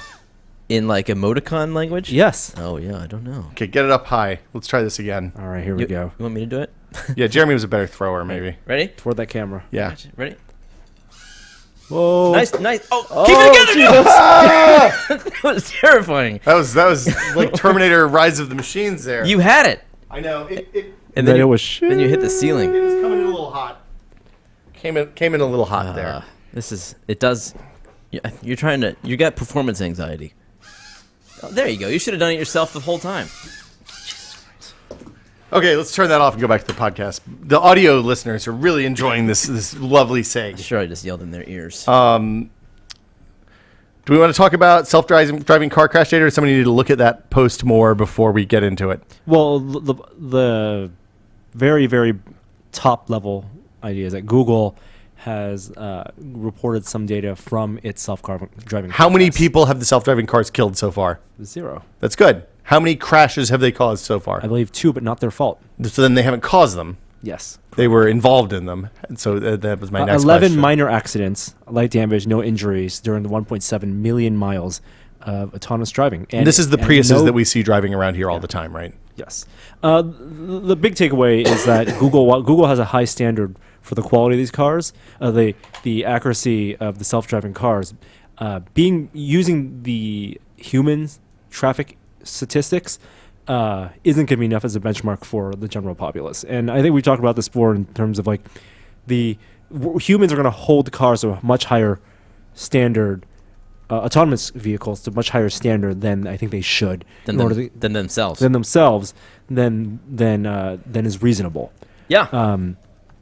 We expect 0 accidents, and in reality, the variables are way too much. Well, who do you blame? You can blame a person if they're driving, but if the Right. car's driving, then all cars are responsible. Yeah. Yeah. So, I mean, we talked about this with Adam on Still Entitled ages ago when we first started seeing the autonomous cars around San Francisco. And like the challenge for Google and Tesla and anybody else who's working on cars that behave autonomously, including like the i3 that we test drove a couple months ago, which is capable of reading speed limit signs and stopping when traffic stops and all that stuff, is that the i3 explicitly says, hey, if you crash into something, if the car crashes into something when it's driving, it's on you. You have to be paying attention. Good. But when you get into self-driving cars, and presumably even like the Google ones that may or may not have steering wheels and normal traditional controls, like who's at fault, and will the public tolerate a car? Like what happens in the no-win scenario, right? How does the self-driving car face the Kobayashi Maru? If it's in a situation where any action it does is going to hurt someone, how does it decide who lives and who dies? We need measurable metrics initially on how much lives they save. Well, that's the other side right? of it, yeah. Because once we have that on one side of the scale, we can then balance it. Yeah. We can balance out the negatives. Why didn't you save the child, robot? Per car. Why didn't you save the child? You're talking about iRobot. Yes. Yeah. But yeah, I mean, the thing is, people aren't rational about stuff like that, right? It's like it's the nightly news. 7 people were killed in a bus wreck, and everybody's like, oh my God, 7 people. That's terrible. But, in reality, in the 3 seconds we've been talking about this, 7 people have died of heart disease or cancer or, any another number of things. When there's 7 billion people on the planet, people are dying of stuff that sucks all the time. And also, I mean, in the post, Google talked about the things that cause the most problems for their autonomous cars, and most of it is the unpredictability of other drivers. Predictability of the environment is something you can Right. boil down in discrete variables. Kind of, though, but we drive someplace where there's rarely inclement weather, right? So how do self-driving cars handle ice and snow and stuff like that? I'm not saying that it can, there Or are floods. I'm saying people are right now the biggest problems. Yeah. Or probably that's true of Yeah, people as well. When right? the guy on the motorcycle shot around me on the right as I was in the right turn lane with my right turn signal on, turning right, and went straight, and I almost killed him this morning, that was clearly his fault. But I still would have felt bad if I had run him over. Good. Yeah. Because, human. I'm super excited about self-driving cars. I don't know about you guys, You're but an optimist, man. I'm very much a futurist when it comes to this thing. I see a day when I send the car to go pick up the groceries, or my kids can just get in the car and it can take them to school. I don't want to drive anymore. I just want to be able to use my phone while driving, have a conversation, watch a movie, and just be taken someplace and know that it's a safer experience than if I was driving. You want to live in be real. Tomorrowland. That's a good segue. You want to. I mean, would you move to the Utopia if I don't know anything about Tomorrowland. No, I'm saying don't talk about Tomorrowland. No, We're going in cold. I'm not talking about the movie. I'm saying that if people are the most unstable variables, and if the autonomous car system, at least to start, best worked in a environment where only autonomous cars were on the road, for example, I would have opt into dedicated the lanes, autonomous car only area. would you move to that area in a heartbeat. to Absolutely. to have that? We're not going. There's going to be this transition period of 10 to 20 years, and it's going to be hard. Transition is the worst part. Yeah. Because you have to kind of flip the switch. But The thing that I think will happen is you'll look at places where there's a great deal of congestion in a geographically small area, like London's central congestion zone, where you have to pay £20 when you drive in to take your car in with you. And I think we'll see places like that locked down so it's only autonomous cars. Because theoretically, I mean, we've all seen that GIF of the cars at the intersection and nobody stops and they just mesh perfectly in between each other going cross traffic the entire time, and it looks terrifying. Like humans do that in Vietnam, Yes, but at slower speeds. Right. So I just think that when we see that, it'll be like that will, if all of a sudden getting across the London congestion zone takes half the time because everybody's driving autonomous cars, Sure. everybody's going to be on board. Solves any rush hour anywhere. Yeah. And Jeremy, you talked about wanting, dreaming of the future where you can send a car out to do the groceries for Yep. you, or you can use your phone in the car. That infrastructure exists, or is very close to existing right now. It's just that it's people driving those cars. It's the Uber, You're and saying it's the Google, it's the Google Shopping Express. Yep. And all of those things are going to be integrated. The next step for Uber and Lyft and all those car sharing services is that they take over delivery. You're saying those people are robots? No, I'm not saying they're robots, but I'm saying that I'm saying that we're not paying enough for a lot of things that we take for granted right now. I'm sure Uber would love to replace those drivers with robots. It would be much more efficient, and the labor complaints would be, That's right. much easier. I don't know if I'm mentally prepared for driving through intersections at full speed without stopping and weaving in between traffic. You just got to brace yourself every time. I think I would have to. Hopefully, by then I'll be old enough that it'll be socially acceptable to wear adult diapers. You'll have your Gear VR on, and you'll just be watching some movie. But I mean, if you can send the car to go get your groceries or send the grocery car to bring them to your house, why even get in the car in the first place? Well, I'm telling you, obviously you're in the car because you're crossing the intersection. Just send your meat space avatar, and you'll be jacked into the couch with the Soylent feed. Yeah. And you just need like 3 carrots to grind up in with the Soylent so it tastes like something.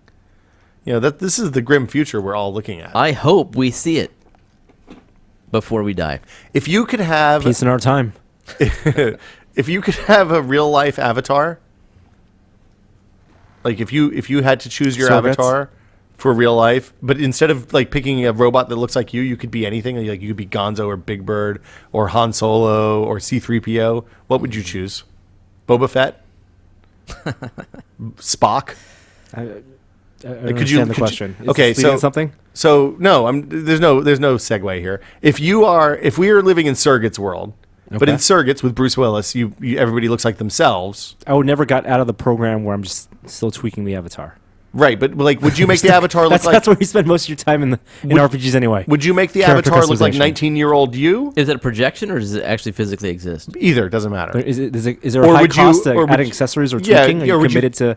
Yeah, commit to microtransactions so you could get like 1967 Spock or Star Trek 2010 Spock, or what would you pick something from pop culture? Or would you represent as yourself? And would you change it often, or would you stick with one forever? Depends what the cost structure is like.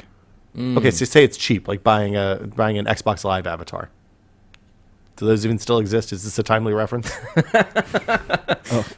I don't know. My mind went to Johnny Five from Short Circuit That's a good one. because I like robots, and that movie was one of my favorites when I was a kid. Yeah. But I don't know.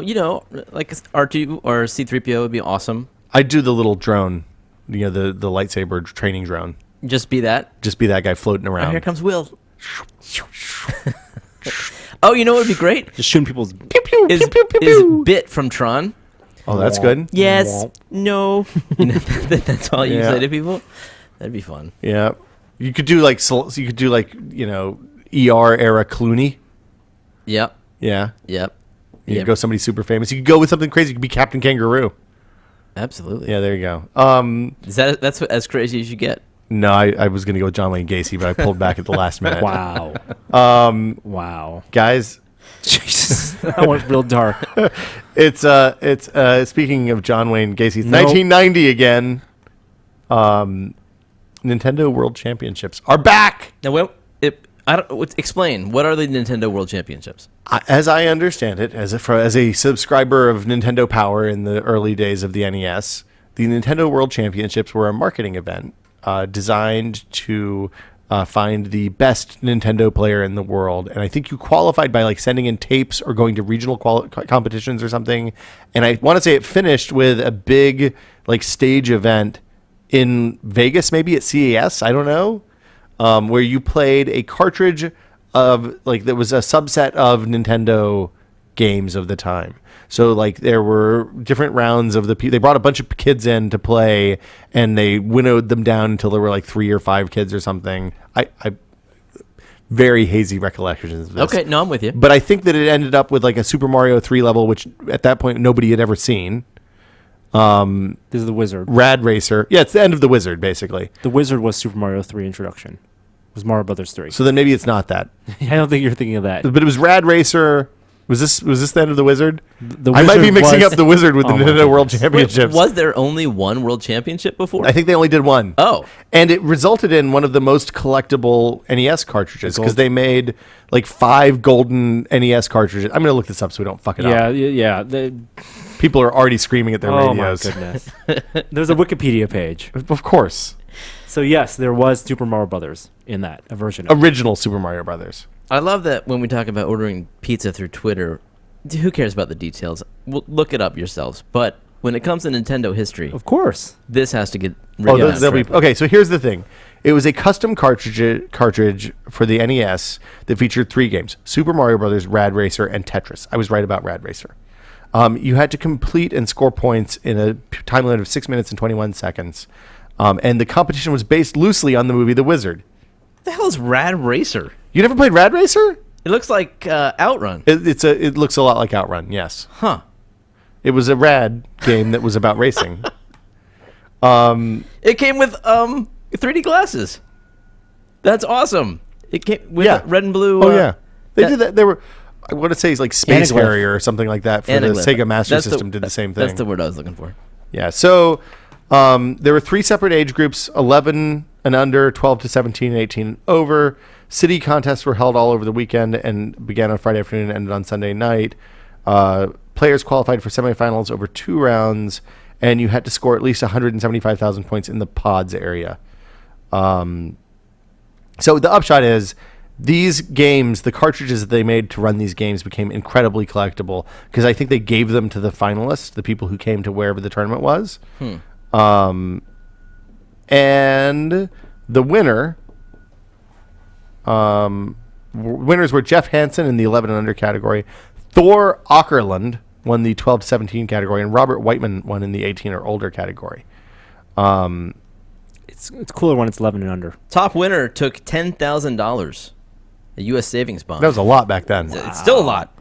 That's what the winner of the world champion pinball player Back gets. then, you could buy a house though, Today. with 10 grand. Not So much the now. point is that Nintendo announced a revival for E3. Oh, this yes. year's E3. And a car. Oh, you want a car? Yeah, you want a Geo Metro convertible and a 40-inch projection TV. You Okay, you could that's pretty win good. more with Nintendo Power Magazine. But now you're playing with power? It's the monthly sweepstakes. That's awesome. But anyway, this year's E3, there will be preliminaries at Best Buy locations this month, and a championship, which I guess they were kind of adopting. I mean, yes, they did do this, the Nintendo World Championships back then, but Penny Arcade's kind of co-opted that idea With the Omegathon. Omegathon, yeah. I mean, but the Megathon is obviously not just Nintendo stuff. I think the Megathon exists because of the Nintendo World Championships. That's what I'm saying. Right? Yeah, And they've done better with it. yeah. I mean, they do all sorts of wacky stuff too, like have a bananagrams round or something like that. So unless Nintendo makes a special cartridge or a special release for this, You mean a special disc? special disc for this championship, I'm not really that interested. They're just going to be playing Nintendo Remix 2. Wait, this is going to happen very quickly. Yeah, Yeah. next month. So We could Yes. Norm and I could go. May 30th, you can go to Best Buy and try out, I guess. Saturday, yep. But 2 weeks later, the final's in L.A. Well, it turns out airplanes can get you pretty much anywhere in the world to LA. Yeah, but there's no planning there. You just got to do it. There's exactly. If you make it, if you have the skills to make it, honestly, the best part of this thing was the video where Reggie's in like a staff meeting with a few people, and then he says, "Hey guys, We need a new champion. no, it's great." He says two things. One, I want to bring back the Nintendo World Championships. It's going to happen in E3 next month. And then he says, and I want to compete. And they say, you can't compete. You're part of the company. So he says, okay, I quit, and we're bringing in this kid to run the company now. And then there's a montage of Reggie training for the Nintendo World Championships where he's like doing curls with Game Cubes and he's playing the Virtual Boy and all this stuff. So presumably they're going to go through all of Nintendo's history and pull such classics as Mario Tennis on the Virtual Boy so that people have to compete in a wide variety of games. Any word on what games will be in play? I bet that they play Nintendo NES Remix at Best Buy. That's a good idea. To qualify. I like that. And then go forward from there. I don't know though. We'll see. You got to try this. You got to go. I don't think we have the skills. May 30th. We're too old. There's not a 40 and over category, which is what I would need to compete in. The 'Cause Wizard. The older you get, the less capable you are of beating a 15-year-old. That's true. Yeah. I mean, it's like Dota. I can't play Dota. I'm too old for that What shit. if it's Mario Kart? Well, I am the best person I know at Mario Kart. I am a big fish in a very small pond. Can you win 200cc races? Yes. Wow, that's good. I don't think I've even unlocked 200cc. You pay to unlock 200cc. It's part of the new update, but don't you still have to play through the other? Well, I had CCs? already done all Yeah, that, so so I I wouldn't haven't know. done that.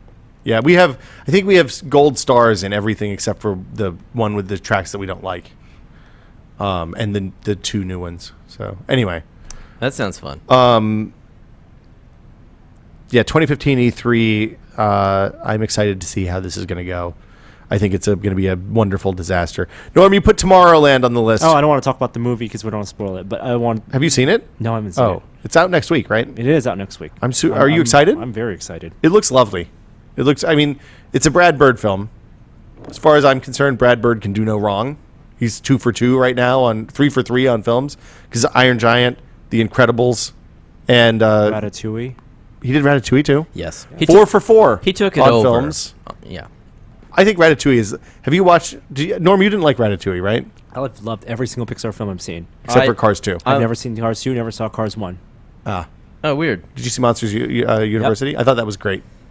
I didn't like Ratatouille as much. What? I mean, I got problems with it. It's no Incredibles for one. If you go in and watch a movie from the makers of the Incredibles, your expectations are going to be pretty. But I mean, pretty that's like high. saying, oh, yeah. I mean, yeah, the Avengers was crap because it's not Citizen Kane. No, the Avengers Ultron was not as good as Avengers 1. Well, that's a topic for a different podcast. But that's what I'm saying. So Ratatouille, I had that reaction to it.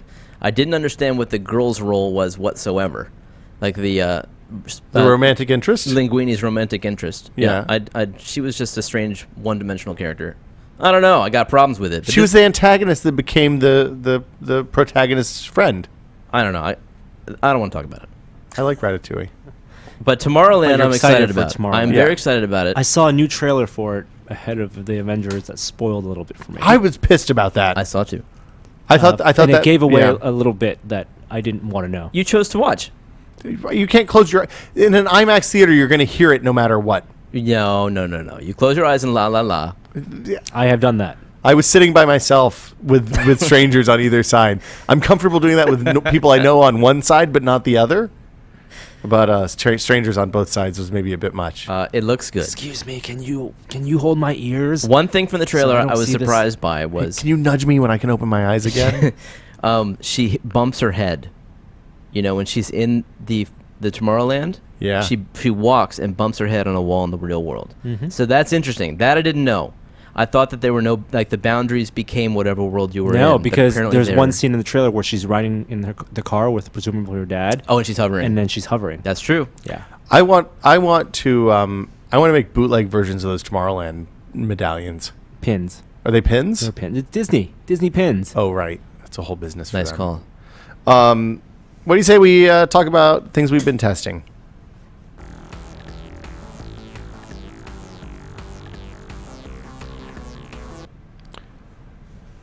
Connected LED light bulbs. Just yesterday, we published a video we shot a little while ago Yes. about LED light bulbs and the smart home. I have tested a lot of LED light bulbs, both straight normal ones, dumb light bulbs, and then also bulbs that connect to your smart home hub, whether it's Wink or SmartThings or whatever, via Z-Wave and Zigbee. And there are definitely good bulbs and bad bulbs. So I think my favorites out of all the ones that we tested, although they are extraordinarily expensive, are the Philips Hue bulbs. The light that they produce is really lovely. It's a nice, warm, kind of, like 5400, 2900K. I can't remember what it was. It was in the video. But you don't use the colored ones. You use the white ones. I have some of the colored ones, And- but I use them exclusively as white bulbs. Oh, so the white of the colored ones is also very nice. You can Yes. get it to where you want it. But Cool. the color ones are way more expensive $60, right? Something like that. per bulb. Yeah. Yeah. It's super expensive. And I too. I have. You have the because I bought colored bulbs? I Yeah. don't use the color. Well, the problem I have is that the SmartThings doesn't let you access the color programmatically. So, like, I wouldn't mind having, like, if the fire alarm goes off, the lights start flashing red. I think that would be fucking awesome. Alexa, turn off the office lights. I want klaxons, right? As if your daughter won't be scared enough. I don't have smart bulbs in her room because the price of failure on that is so high. Like, if our lights come on accidentally because, somebody walks into the front yard or something, Gina and I will go right back to sleep. If her lights go on, we're all going to be awake all night. So no smart things in her room. I tested of the other. So the Hue Lux bulbs are their white only bulbs, and they basically have dimmers. I feel like you can adjust the color temperature a little bit, but my hub doesn't let you do that. So I don't like. I did that when I tested them. We shot that video maybe 2 months ago now, so it's not front of mind. They're really nice bulbs. You have to have a separate hub, which is good if you don't have any smart home stuff, but kind of bad if you do, because that means you have two things that are plugged in all the time instead of just one. And you can't really address them individually, although some people have figured out how to do that with SmartThings since it's kind of open. And now, but it's a hinky and not. It is a bachelor level of workable, not a people, family, and kids level of workable. The bulbs that I tested recently are the Hue Lux, which is like I said, the white only version of the Hue. They're more expensive than most smart connected bulbs, but the light that they produce is really nice, and they have a nice even. It's a relatively spherical cone of light, basically. The other ones I tested were the GE Link bulbs, which you can get at Home Depot for like $15 now, $20, which is maybe a $5 premium over their normal LED bulbs. They're a mess. They're not good. The light that they produce is really harsh. They don't have any kind of diffuser over the element. So they look really cool. They have a clear dome around them, and they look super futury and awesome. But the light that they produce, I found, was bad enough that I made it like the back porch light. So it's the one that turns on when I go take the dog out to crap at night. And then the ones that I liked best for like value to light are the Cree connected LED bulbs.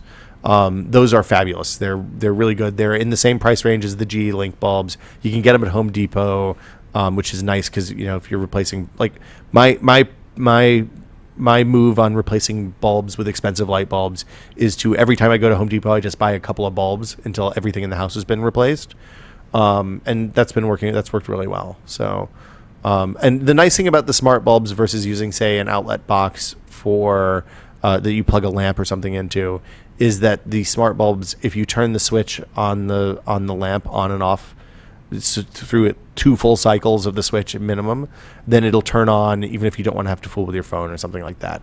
So if you put, say, a box that has a relay in between the power, the socket, the wall socket, and your lamp, when that relay's off, there's nothing that'll nothing changes whether that light's going to turn on or off, other than using your phone or hitting the button on the box. When you have the smart bulb, it can detect, power cycle, I should probably turn on when it comes back on, which is really handy.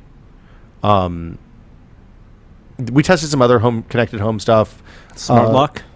Yeah, the Yale smart lock.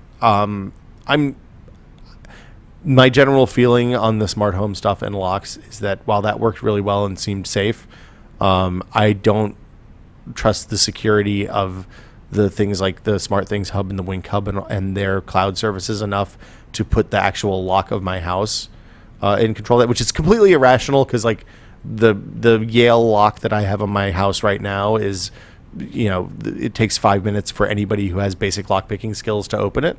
What's your address? It's same as yours.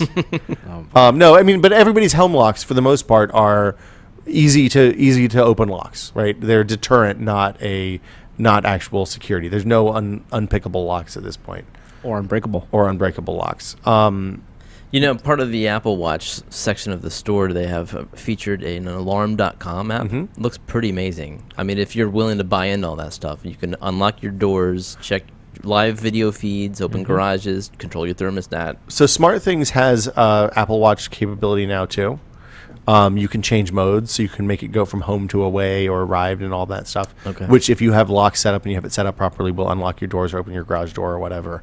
Like I said, I'm into having lights be smart, not so much having the doors be smart. I know, I hear you. Although I was at a friend's house and needed to get something from their garage a few weeks ago, and he had his garage door on a remote relay, and I was able to go into his garage even though he was across the country. So, like, there's pros and cons. If you live in that utopia, Yeah. it's called Tomorrowland. Yeah. Then it comes standard on all the houses. Wish I lived in Tomorrowland. Wouldn't be all these cables around here. Remember the everywhere. future. The other thing we tested was the Harmony Ultimate Home, which is it's the same hardware basically as their Harmony Ultimate from a couple years ago, with the hub that basically has IR blasters, and then the remote connects to the hub via RF, and it has app capability and all that stuff. When I initially started testing it, it was so bad that I had to stop using it. The software was janky. The remote was crashing all the time. Things weren't working. So we literally on the podcast last year, I think I said, don't buy this. I came back and revisited it a few months ago, and they've improved the software a ton. It's neat because it will control the SmartThings stuff, but it doesn't work the other way. So like you can't control, for example, when I put the house into bedtime mode, which means everybody's going to sleep and we want everything to be off, it won't let me, even though the SmartThings and the Harmony talk to each other, the SmartThings can't tell the Harmony to turn everything off, which is a bummer. However, when I put the Harmony, when I go to the Harmony and go to the activity that's watch movie, I hit the button, the lights in the living room dim, the backlight behind the TV comes on, all the other lights in the house turn off, and that stuff's really nice. I don't think it's worth the massive premium that remote costs. Although if you have an existing Harmony Ultimate, you can pay like $15 and get the software update that adds all that stuff. So It's about $350. it's a $380 MSRP that I think you can usually get for about $250 on street price. This is the last time I looked. For the home? For the Harmony Ultimate Home. It's $350 on Amazon. Is it $350? My point is you can get the older version and then upgrade the software. Right. So yeah, that's that stuff. SparkFun took apart. Which LED bulbs did they take apart? They did not connected bulbs, and they did 3 bulbs. Just LED two bulbs. from Philips and a generic one, a TCP one, LED bulbs. And the question is, how can LED bulbs get to a point where they're basically $2.50 for an LED bulb? What do you lose? And a lot of it is just non-dimmability and cheaper materials. But it's a race to the bottom. This was the upshot. Really? And the fact that you can get in quantity LED bulbs for $2.50, it's fantastic. Oh yeah. Well, A 60-watt equivalent. did they look at power consumption for those? Because the power consumption of the LED bulbs varies quite a bit. That's what they didn't look at. No power consumption. Did not look at signal noise. Okay. Some people have noticed that LED bulbs could have RF interference. I have some early Cree bulbs that are mostly compatible. So the Cree bulbs I like because they're supposed to be compatible with anything that incandescent is compatible with. But I have some incandescent dimmers that they just don't like, and I've had to swap them out. That's interesting. It's an interesting problem to solve because LEDs don't dim the same way as incandescents in any way, shape, or form. It has nothing to do with amount of voltage. No. It has to do with pulse width. Right. So there's two problems. One is that you have to dump a lot of extra current when you're doing LED bulbs, which usually happens on the switch side. And then the other problem is that any kind of noise in the signal makes the PWMs waver because the microcontroller or whatever in the bulb gets wacky. The upshot is that every 10 or 15 minutes, the lights in my kitchen flicker just a tiny bit, which is the kind of thing that if you're in the room and looking at stuff, you don't even notice. But if you catch it out of the corner of your eye, glitch in the matrix. It triggers your fight or flight because you're like, bear's coming to get me or something. So Earthquake. Exactly. So I think that's all the stuff we talked about in that video, isn't it? Yep. You have been testing something new and exciting. Well, it's kind of new, definitely exciting. It's the new Gear VR for Samsung Galaxy S6. Dun, dun, dun. Is this the Gear VR 2? The No, Deuce? they do not call it the Gear VR 2. Do they call it the Deuce? Nope, it's still Innovator I Edition. wish they called it the Deuce. Gear VR Innovator Edition. Innovator So Edition. they sell 2 Gear VR hardware SKUs now? Yes, one for the Note 4, which has been massively discounted, and one for the Galaxy S6. They are very, very similar. Do you buy them on the same page and you select which phone you have? They have 2 landing pages. Okay. Actually, I think if you go to the Samsung website and Gear VR tab, it still shows one for the Note 4 primarily. Okay. So this is literally just out. Difference is, has USB pass-through for power to charge your phone while you can use it.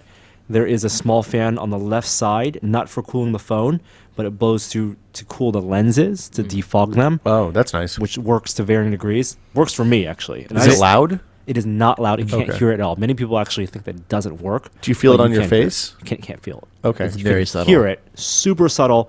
All it is for defogging. Is it blowing between your face and the lens or between the lens and the camera? It must be between the face and the lens because that's where it fogs up. But you can't feel airflow. Okay. You can't feel current. Does it still have the focusing stuff like the original Gear VR had? So it's the same focus system on the top. So you don't have to wear your glasses inside. So you don't have to wear your glasses. My glasses do fit, but I don't wear them. They changed the touchpad very slightly, adding a little nub so you can see where the center point is. Oh, that's nice. And then because the Galaxy S6 is a 5.1-inch phone and not 5.7, like the Note 4, your field of view is reduced. How badly is it reduced? Make Make the cups around your hands, Norm. there, about 90 degrees. Oh, does it feel constrained? Absolutely. If you are looking for it, you will feel constrained. You let me use it before the show. It's still a successful VR, right? It still feels like you're immersed, but it's a noticeably more constrained FOV. Is it like What do you want this? Wiping cloth. Sorry, thank you. Don't look at the light, Will. Don't look at the light. Is that true? Is that bad? It will. You're not supposed to look at Will the is light. looking, burn my retinas looking out? through it with the phone not in. Yeah, for audio listeners, I guess. Everybody else got a terrifying glimpse of my enormous eyes. What do you think so far? It's good. I've actually stopped using the top strap, the head strap. I think just using cup?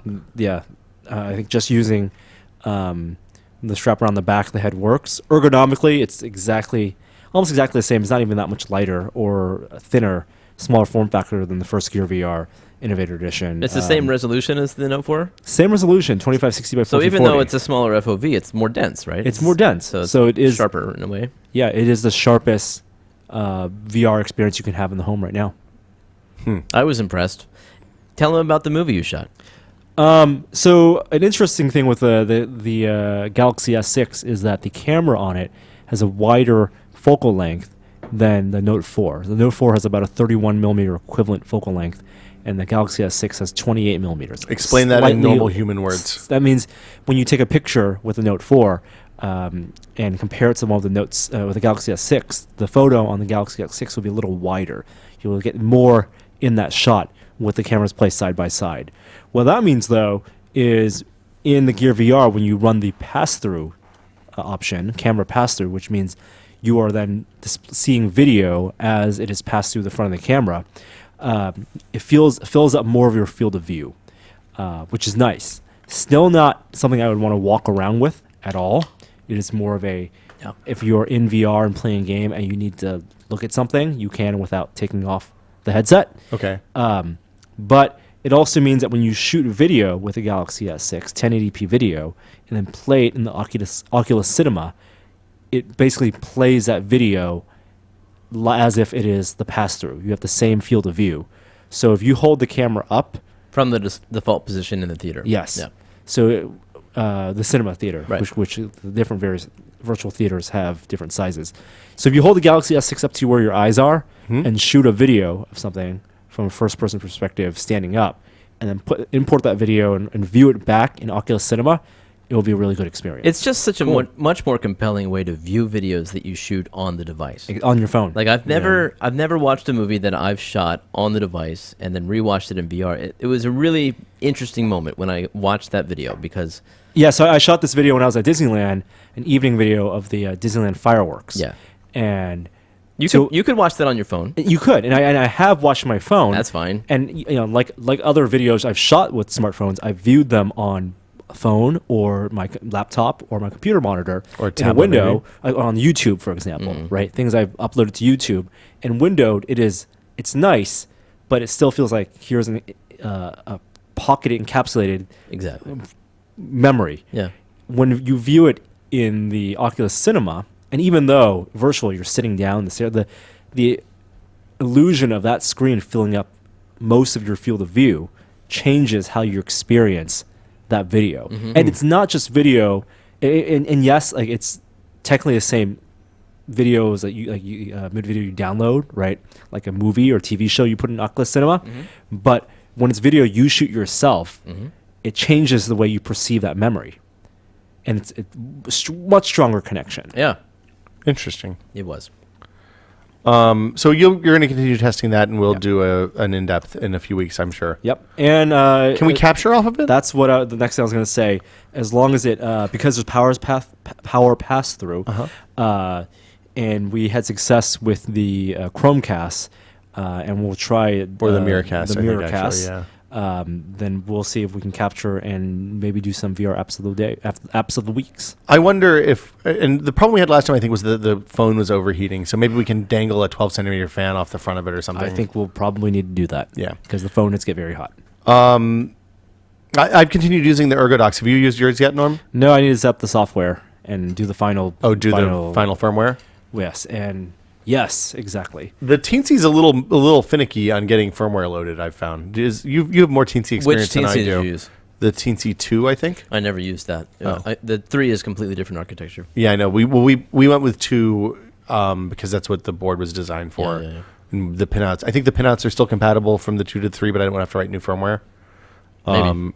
Anyway, I've been typing. I realized that we had home keys that we'd put in the wrong places for that keyboard. So there's a couple of keys that are for the main keyboard set. Also not out yet. Oh, I know. But when we assembled it, I put the home keys in the wrong places. I just put them in randomly. Moving them helped me type much better. Adjusting to the columnar layout is still brutal. So instead of having like the bottom row of the keyboard staggered like you're used to, C is below D. And since I've always used my F finger to hit type C by coming back and under, I've had to learn to switch to my middle finger to type C by coming straight down off of F, which is a fairly significant challenge. But it's getting faster. And now I'm starting to type the correct way, even on a staggered keyboard like on my laptop. Oh, well, So, that's good. yeah, I never took Mavis Beacon, so I guess... Mavis Beacon. Mavis? Mavis. What was that zombies typing game? Typing of the Dead. Yeah. That's a great game. Dreamcast. Mario teaches typing. Mario doesn't teach typing. It's crazy. You want to do an... I don't have any updates on the HP Spectre. Have you been testing that? No, I don't have one. Okay. I It's been sitting on my desk at home. I love it. It's pretty good as a laptop so far. The tablet stuff is still super weird, and the way it joins together is not awesome.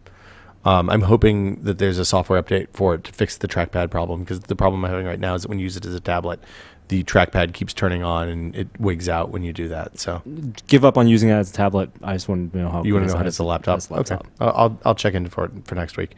You want to do some Apple? Did you see the Apple Watch ads, Jeremy? I don't think I've seen the Apple Watch ads. There's a new Apple Watch ad. It's about a minute long, and you can find it on YouTube. And it is in your very standard Apple ad style of trying to evoke a lot of emotion out of you, showing the Apple Watch being used in relationships. Interesting. Telling stories. Sending heartbeats. Exactly, setting heartbeats. And one of the things I noticed is in the ad, some of the things that people do aren't actually things you can do with What? the watch. For example, False advertising? Sending the message and then someone sending the taps, and then immediately the person getting the taps. They show that? They show that. Maybe So- that's a setting then. oh, right? that's interesting. Hold on, have you friended me? Yes. You're on my favorites list? You're on my dial. Send me some taps, Okay. bro. Tap me out. Right on. Let's see here. You are right there. Gina hasn't gotten her phone yet, so the only people I can tap Watch. with or watch. Yeah, the only people I can tap or heartbeat with are Jeremy and your girlfriend, which is super awkward. Oh, wait. No. Okay, this is bad. What? No, this is bad. My watch had a glitch where I couldn't add Apple Pay. We're not really friends, are we? 3 days in. We're not mutual. I said, hey, I know how to fix that. I used to do AOL tech support. Reboot the watch. Uh-huh. I rebooted it. It thought it was a new watch. You had to do the whole setup It thing lost. again? It lost everything. All my. How to set up your Apple Watch in 16 easy steps. It was so annoying. So we're not friends, huh? That's stored on the app side, you know. No. I couldn't restore. It's fine. All right, It's so okay. Hold on. I'll work it out. I smashed the Duke 2.0 last week. One Did I tell you this? No. Right after the podcast? Did you get another Duke? I got another. I'm Your now. third. You're joking. No. I had a 1 in a million drop. That's why you're. In I got a case. That's why. I've been through a series of cases. I keep buying them and returning And you because have they're all Apple Pay? terrible. Thank goodness I have not Apple Pay, Apple Care. Apple Care. Because for- it's only so the nice thing is I realized when I replaced the first phone for $80 is that the Apple Pay only pays for itself if you smash it twice, because you get two replacements at $80. You've beaten the system. Yeah, I've totally won. and it's taught you to buy a case. Well, here's the for thing. the careless. It's $129 if you don't have Apple Pay. So if you Apple Care. So if you only Just to replace to the- replace the screen on the 6 Plus. That's not bad at all. No. So if I'd known that, I wouldn't have bought Apple Care. I would have just gone and said, "Hey, replace my screen." You have been tapped, and friended. Waiting. I haven't gotten Waiting. anything yet. Waiting. You don't see waiting in the commercial, do you? No, they're in the same room. One person is Oh, tapping. Jeremy tapped me. I felt the taps without having to say anything. God, I can double tap. You got all 4 taps? I got taps. Yeah. All right, there you go. I'm gonna send you some Do you feel heartbeats. it? No. See, I have to double tap. To I just respond. got them again when I opened up. So the you other don't feel thing. it. No, I felt them. It said Jeremy No, tapped I'm me. Jeremy. I doesn't- had the tap. I had the tap in to get you. So to clarify for people who are Maybe it's the listening setting. and pulling their hair out, some of the frustration that both Jeremy and Will are feeling with the Apple Watch, surprise, is that one of the more compelling features theoretically was the ability to send taps and communicate to someone passively. So if someone else is wearing, some of your contacts and your favorites is wearing an Apple Watch and you are too, you can nudge them, you can Facebook poke them, Yeah, Apple poke them, you can just tap. their wrist to get their attention. I'm tapping your girlfriend right now. Awesome. But Jeremy, That didn't come the out quite right. frustration is that Jeremy, when receiving Will's taps and drawings and heartbeat, had to basically accept them on the phone on the watch before being able to feel it, It does a little beep, beep, and then you have to tap it. Frowny face. which defeats the purpose of tapping for the sake of tapping. Did it just appear for you? So when you send something now Yeah. that we're both mutual friends and we like each other and it's confirmed, Yep. you, instead of getting the "Hey, somebody sent you a thing, do you want to look at it, click view or dismiss," it says Jeremy sent you a sketch, and you just tap. Yes. But it gives you a notification to let you know to look up. Yes. And then it's basically one tap to fire the sketch, so you don't Right. miss it, right? I presume. But Jeremy is saying is for the actual Well, I think sending taps between each other. What Will wants as well is we want to be able to tap indiscriminately. I want taps to come. through Yep. without having to authorize the Yes. Okay, the- so the I just set a receiving. pattern. It's like 5 slow taps and then 4 really fast ones.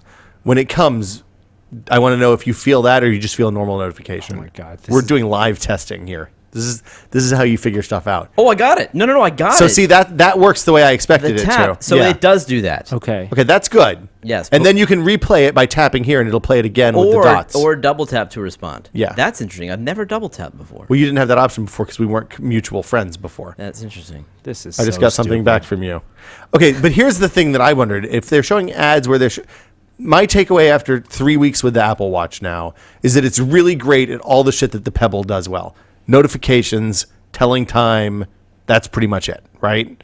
The stuff that you want out of this, like the quick access to information via glances, the ability to load third-party apps and access my data in all sorts of new and innovative ways, is all terrible. All of the app stuff is just slow to the point of unusability. Literally, I was showing somebody the watch yesterday. I was a 5-minute walk from outside, and in the time it took the weather app to load the data, which it probably still hasn't finished, I could have literally stood up, walked 5 minutes out to the outside, looked up to see what the weather was, and then walked back and told them faster than using the Apple Zoe Watch. Deschanel. The same thing they got in trouble Hey for on that. Siri, what's the weather like out? Is it raining? Was that the Zoe Deschanel problem? I thought that was before her. Remember Siri? that one? It was the Siri. Yeah. As someone who's new to smartwatches and has Smarches, a Pebble on order, but they won't ship it, I like the notifications on your wrist aspect. I know everyone kind of downplayed that. That's the good part. Who needs that? Well, I like that part. I have lost my phone multiple times because I'm using my watch exclusively. Mm-hmm. I also like the glance that is this controller where I can find my phone That one's really useful. and turn off the sound, and also the media player. So that's where I spend all my time in glances. Well, those things are native too. That's worth mentioning. So that one, the battery level one, Yeah. and it's presumably most of the Apple stuff that isn't weather are all native rather than the streamed over apps. Yeah, I do agree with you. The apps are annoying how long they take to load. I'm not using too many of those, though, to be honest with you. I'm really interested to see what comes with WWDC. I want to know if they're going to do another point release of iOS and give native apps before iOS 9 comes out in the fall. The thing somebody pointed out to me yesterday is that this is very analogous to the iOS 5 release with between the time the iPad came out and they released the next version of iOS, so that there was actually like native support for iPad Right. beyond just resolution, and it was a more fully functional part of the ecosystem, and like core parts of the OS had been. It's time to stand, Jeremy. You too. That's so funny. Both of you guys? At the same time. Stand up. I want to see it. It's got to be 10. I don't. Come on, I don't, guys. I don't do it. Do it. Do it. I'm Come currently- on, sheep. Do it. I stand for as little as a minute. I get my standing goal every day, As dude. little as a minute. Both you guys. Come on. No, I'm good. So disappointing. Google made its first app for Tim's the Apple like- Watch this week. The news and weather app has Apple Watch Business. Oh, that's neat. Yeah, Alright. kind of. I guess I don't know. It's still slow as shit. I think that's it for what I've been testing. You got anything else, Jeremy? I got lots of stuff. Yeah, how many you want? What you got? Okay, so Hit me. first of all, I've been testing a great OS 10 app.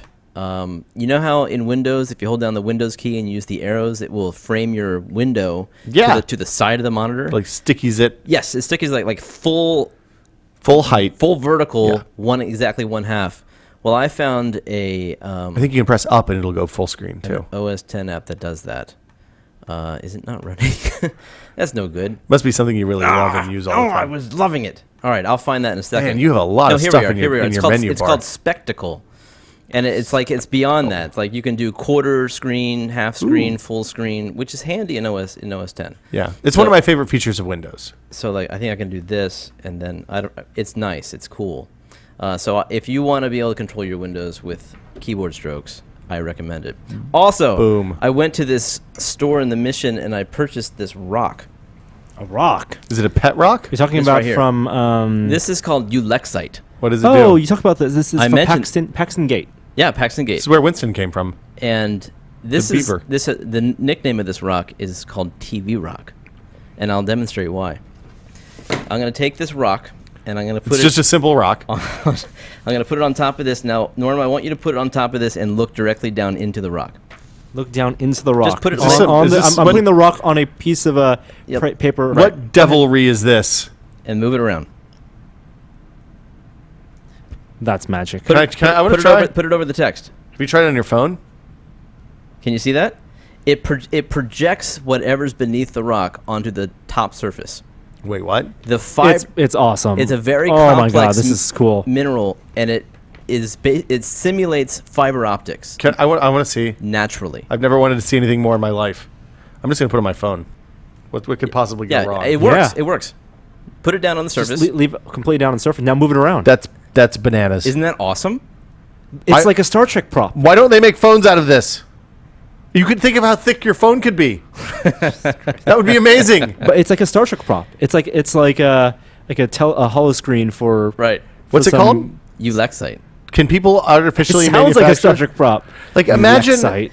So here's the thing: if you can manufacture this, and you make the glass on top of your phone out of this stuff, it will look like whatever's projected up from the LCD underneath is literally on the surface of the phone and make it look like paper. There's a little bit of distance, but it is close. It does not look like a magnifying glass. I'm going to say this isn't going to appear in phones anytime soon. I can dream, Jerry But Williams. I think it's an amazing natural phenomenon. When people, the cool thing is that the size of it really accentuates. Put your finger under it. It looks like your finger is projected onto the top. The size of this small piece accentuates the thing. If it was a giant piece, it would have less of an impact. But in fact, you can see around no, it. think if it was exactly the size of your phone. Look at how thick my phone is, bro. Okay, so if we were to describe it, I would say it's about a half-inch thick, milky, looks like translucent. It looks like quartz stone Illinois. from the sides. The shape of Illinois. Well, but it could come in any size. But it grabs whatever's beneath it, It looks like it's polished on the top and bottom. projects it onto the top. That's super cool. Natural fiber. Putting it optics. on a backlit screen Yeah. is the That's coolest cool, huh? thing. Yeah. Yeah, I'm telling you, this is the next year. This September, Apple's Tim Cook's going to come out, and then Phil Schiller's going to come out and be like, "Look, we have fiber optic glass. It makes the image on the LCD screen, which is 120% of the NTSC gamut and better than Retina quality, look like it is projected on the surface of the screen. This is the future. I hope you're not making fun of me. I'm not. I think that's want a rad. piece of this. Yeah. Well, you know where to find it. Paxton Gate. Cool. That seems like an awesome thing to put in kids' stockings at Christmas. Yeah. Anything else? We didn't have an official VR minute, but the VR jam hold happened on. this week, or it's still going on. Oh yeah, you got to try some Hold on. of those apps. I have not yet. Have they been released? And now, the VR minute. Hey Norm, what's going on in VR? So Oculus, in partnership with NVIDIA, and I guess other companies, are doing a VR jams. Like Smuckers? With a name like Smuckers, it has to be good VR. What are you doing? Teams, developers I watched some got old together Saturday Night all Live around the last night. country and the world, and just started making games. It's a game jam for VR games. Yes, and some of those APKs are out now for you to try. What's an APK? It's an the- Android file for Samsung Galaxy right. Yes. Gear VR. Have you been trying any? I have not yet. I think we should. You know what we should do? I have a thought about this. I think we should take an afternoon one day, figure out if we can capture off of the new Gear VR, and just play shitloads of them. That'd be great. Play as should. many of them as we can. We should. I want to. I mean, I can try to find a curated list of the good ones. How many of them are there? There's There are dozens that I saw when I looked at More the than list. that. Yeah. there's gigs and gigs. Yeah. I bet there's somebody at Oculus that can tell us which ones we should check out. There was a list. There was a page where you could vote on your favorites, but I didn't see a video. I mean, you could watch videos of them, but I didn't see links to download It them. just told me I stood for a minute, so I earned another hour toward my stand goal. I think I get credit for running when I use my boosted board. Wow. On your watch. Yeah. That's Because not of the good. speed that you're moving? Yeah. Wow. Nope. They have extended the VR Jam by 5 more days. It is a point of controversy because some people, there's money If you involved. finish and Yeah, exactly. I'm really jealous. I'm not a game developer, but there are games I definitely want to see made, and You could be a game developer, Norm. You could get on the ground floor of this. None of these guys were game developers 2 years ago. Yeah, you could be download a copy of Unity for free. You could be jamming out some VR games this afternoon. I have a copy of Unity installed. You could Its tutorials download are- a copy of Unreal 4. You I could have- have even better looking VR games. Free also. I will say Yeah, I've been that, seeing that. going through the list of some of those games on the landing page, on the VR Jam page, I'm glad that none of my ideas are there yet. I had an idea for a Owen Wilson based game. This was based on the Idle Thumbs with the Wizard Jam. So our friends over at Idle Thumbs, a video gaming podcast by people who make video games instead of write about them, had the Wizard Jam a few weeks ago. Members of their community did it. And it was the requirements for their game jam were that the games had to be based on the names of podcast episodes. One of their podcast episodes was Owen Wilson's nose. And I was really disappointed that no one made a punching Owen Wilson in the face to get his nose broken exactly the right way simulator. Wow. That would be a great VR game. There you go. Yeah. There was an It's interesting... free, guys. You can have that one. One that I saw that made me laugh was SMS Racing, Okay. where in the game you must race against 5 or 6 other guys and respond to text messages that come into your phone down by your shifter. So you're holding your phone down here, and you have to look down at your phone. Within 10 seconds, reply to every text message. So is it a commentary on the safety of driving and texting at the same time? It's a fun video game. Okay. I would destroy that game. Norm, this is not something to be proud Destroy of. This is gross. Can you have a watch with Google Now on your left wrist to respond with voice Oh. text messages? That's something else I want to talk about with the Apple Watch. What? It is really, really unsafe while driving. Like, you have way too much shit you can do with that thing. You think so? You should not be using Siri. You should not be sending text But messages. it's at 10 o'clock on the wheel. No, 10 o'clock on the wheel is the bad thing. It's too slow. You have to stare at it for too long. Huh. the problem with the watch. I Yeah. don't know. I advance tracks that way. I go into glances, I hit next track. That's different. That's okay. You can do that mostly by feel after you've done it for a while. If Okay. you have the glance in the right spot. Okay. But like all of the voice control stuff is a disaster. Anyway, more That's VR because minute you have stuff. Error correction. But no, that's it for now. I would like to know if you have downloaded some of the VR Jam games and apps. Let me know what your favorites are. You're- We'll compile a list, and then we'll try them all. You're asking people what their favorite flavor of VR Jam is. Here's SMS Racing. That looks pretty good. I like where this is going. You can see... Oh, oh. Looking down Yeah, at the phone. okay, that's Replying. good. Back at the road. And It's very much like That's fantastic. it's very much like what was that the world is not the Nintendo DS game where you had like a rhythm game on the bottom and a JRPG on the top and you had to do them both at the same time. Don't You remember were constantly going back and forth. It was brutal. Was that a PC game? No, it was a Nintendo DS game, I think. Oh my goodness. This looks the keyboard is monstrous. terrible though, because the keyboard is just the D-pad. That's fine. Like even if it's just like press up, down, right, left, It's and you have not. to do You it. have to spell out letters. Oh boy. The voice is funny in the video too. They say like, you can always race again, but friendships are fragile. Why Is aren't you anybody, responding to me? Why aren't you responding to me? anybody still playing GTA 5? Still playing GTA 5. Perfect game to play one or two missions a night. Sometimes I just load it up and go try to steal a jet from the military base. I've been watching all the mod videos. Some funny There's stuff. some good mod stuff happening Flying there. monkeys. Did you like see the the- pigeon one?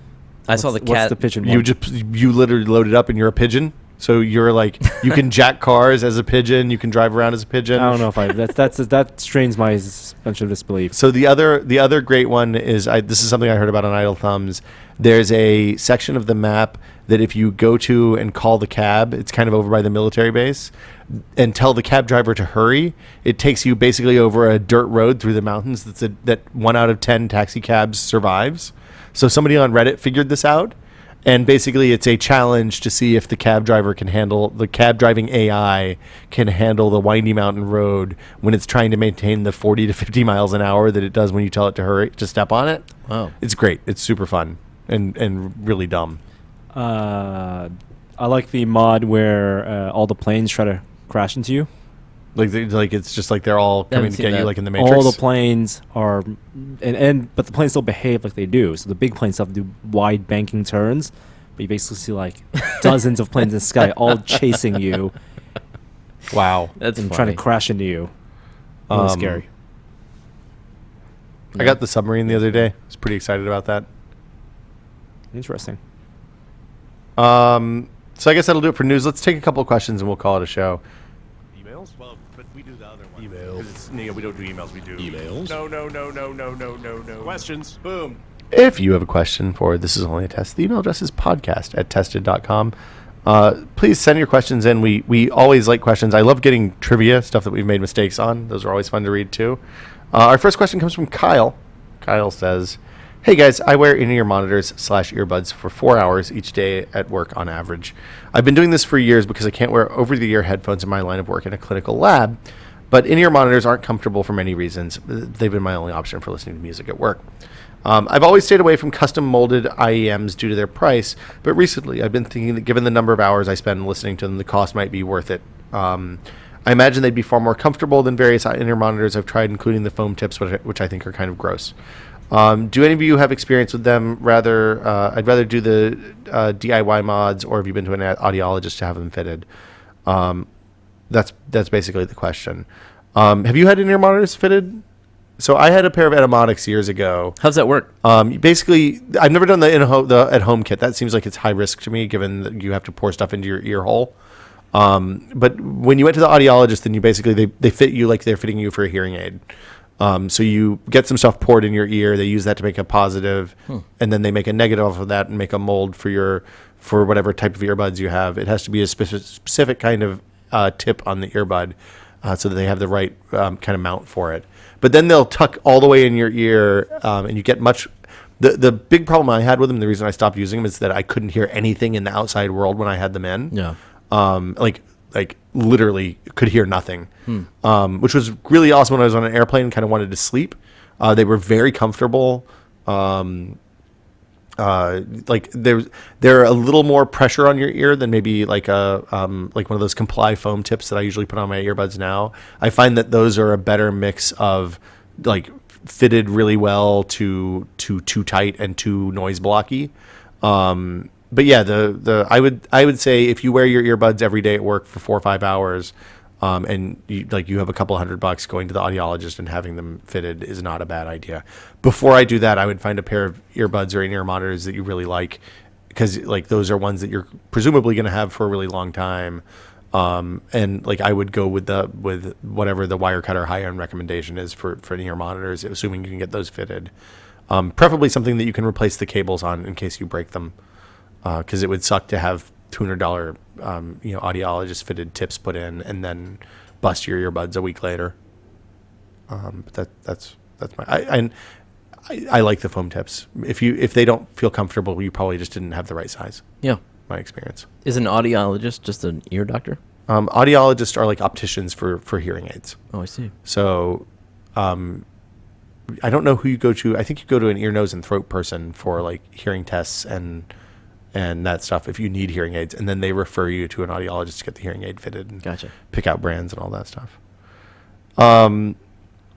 Jared writes, "Hey guys, I'm currently looking into home automation. Would like your thoughts on this. I was originally looking into the SmartThings system, but with Amazon Echo supporting Wemo by Belkin, I've begun to lean toward that instead.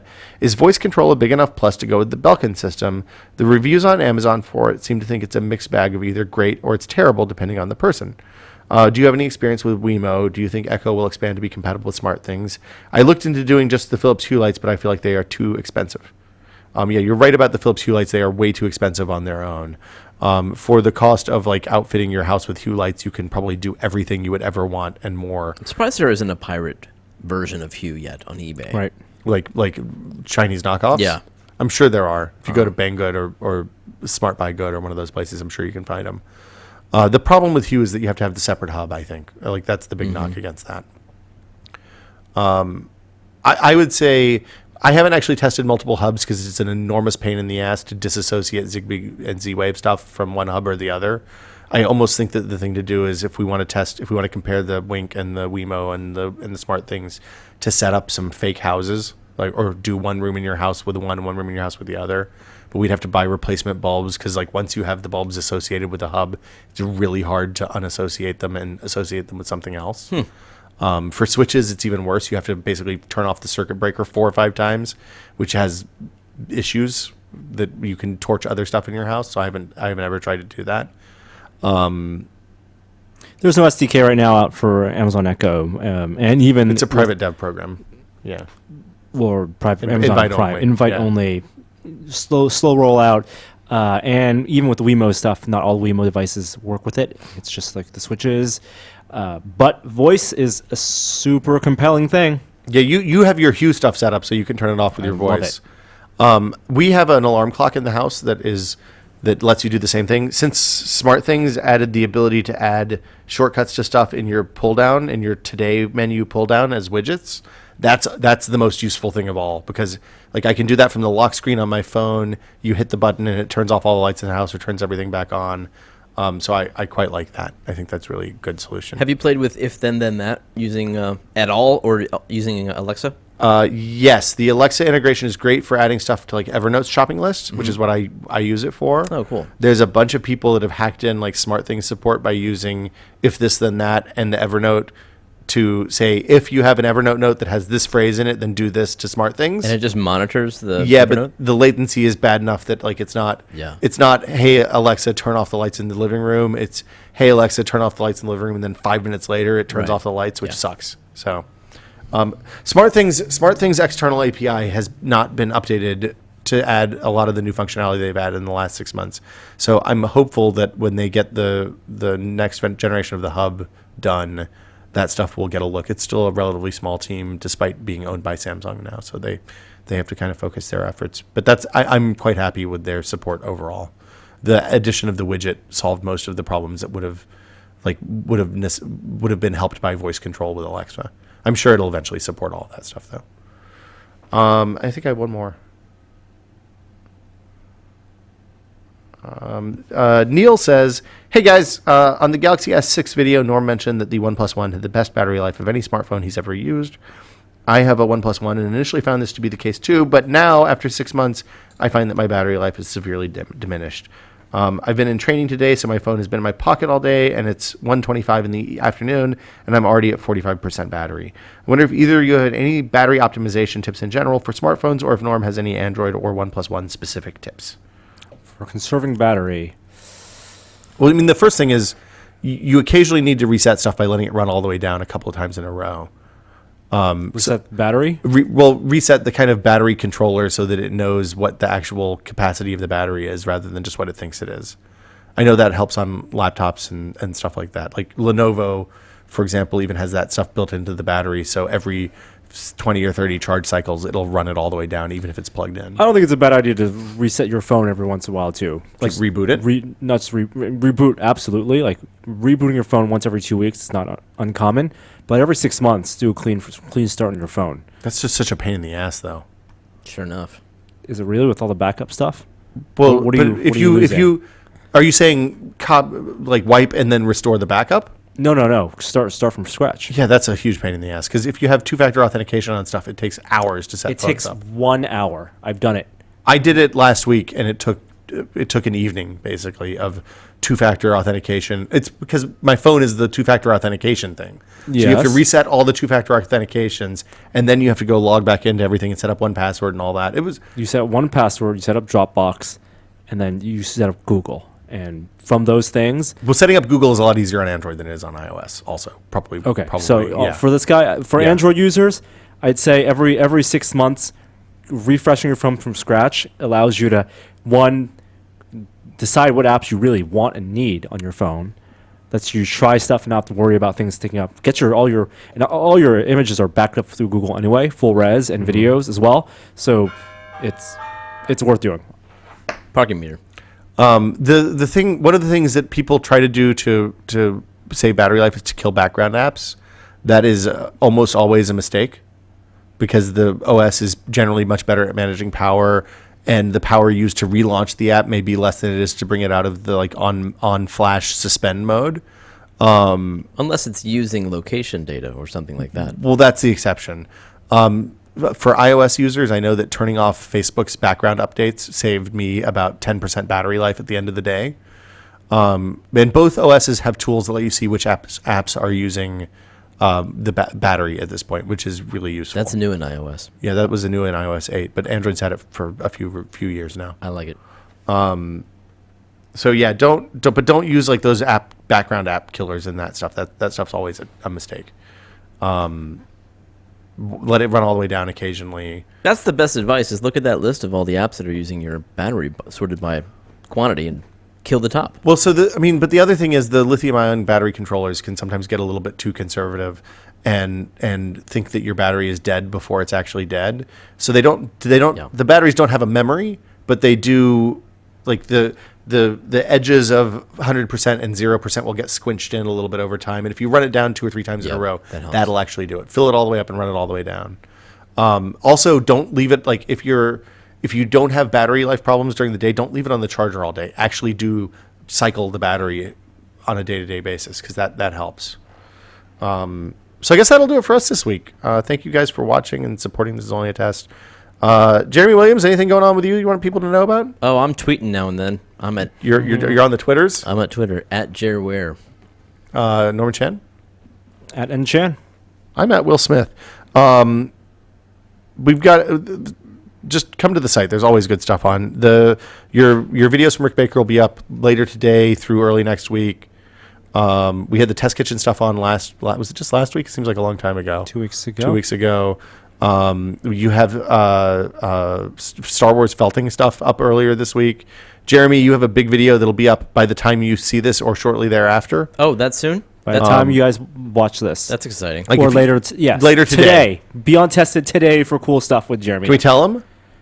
If they made it through 2.5 hours of podcast, they deserve to know. It's a one-day build starring Jeremy Williams with Adam. Yeah. Jeremy helped with a project. Are you calling it a one-day build? Yes. It was not a real... It's well, you have to watch the whole brand video. Is one day build. You have to watch the whole video to see what actually happened. It was a very exciting thing that we did.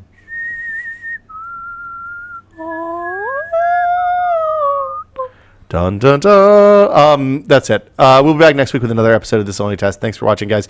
Today's outro, I didn't pull a new one. So today's outro comes from Minker17. It's the same as last week. See you guys later. Bye. Hi there. I didn't see you. Tested.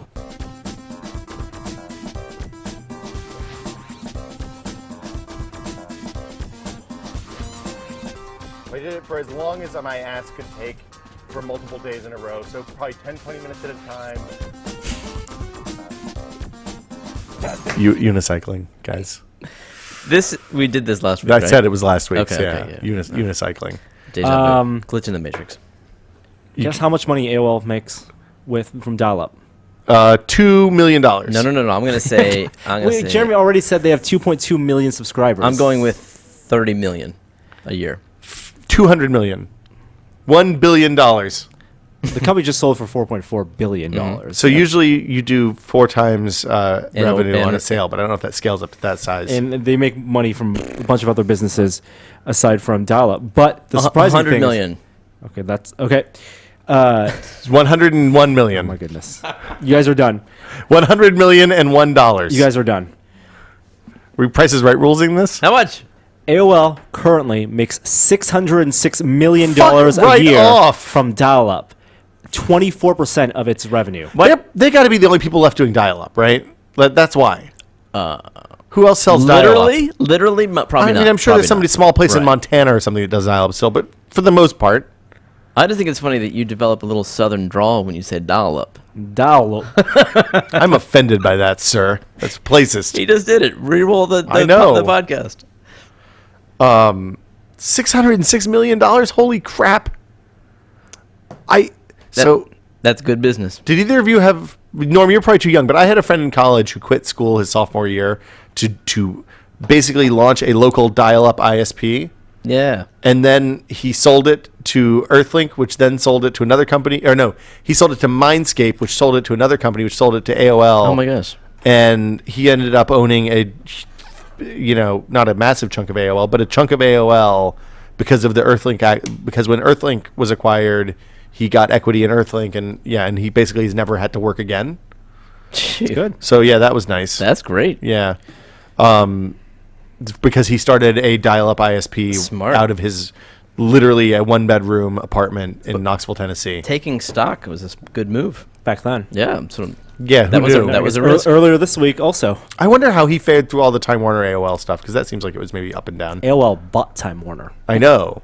And then lost a shitload of money over 10 years and dumped Time Warner back out. I got to go save my car from a ticket. Same here. We will see you guys next week. Thanks for watching. Bye.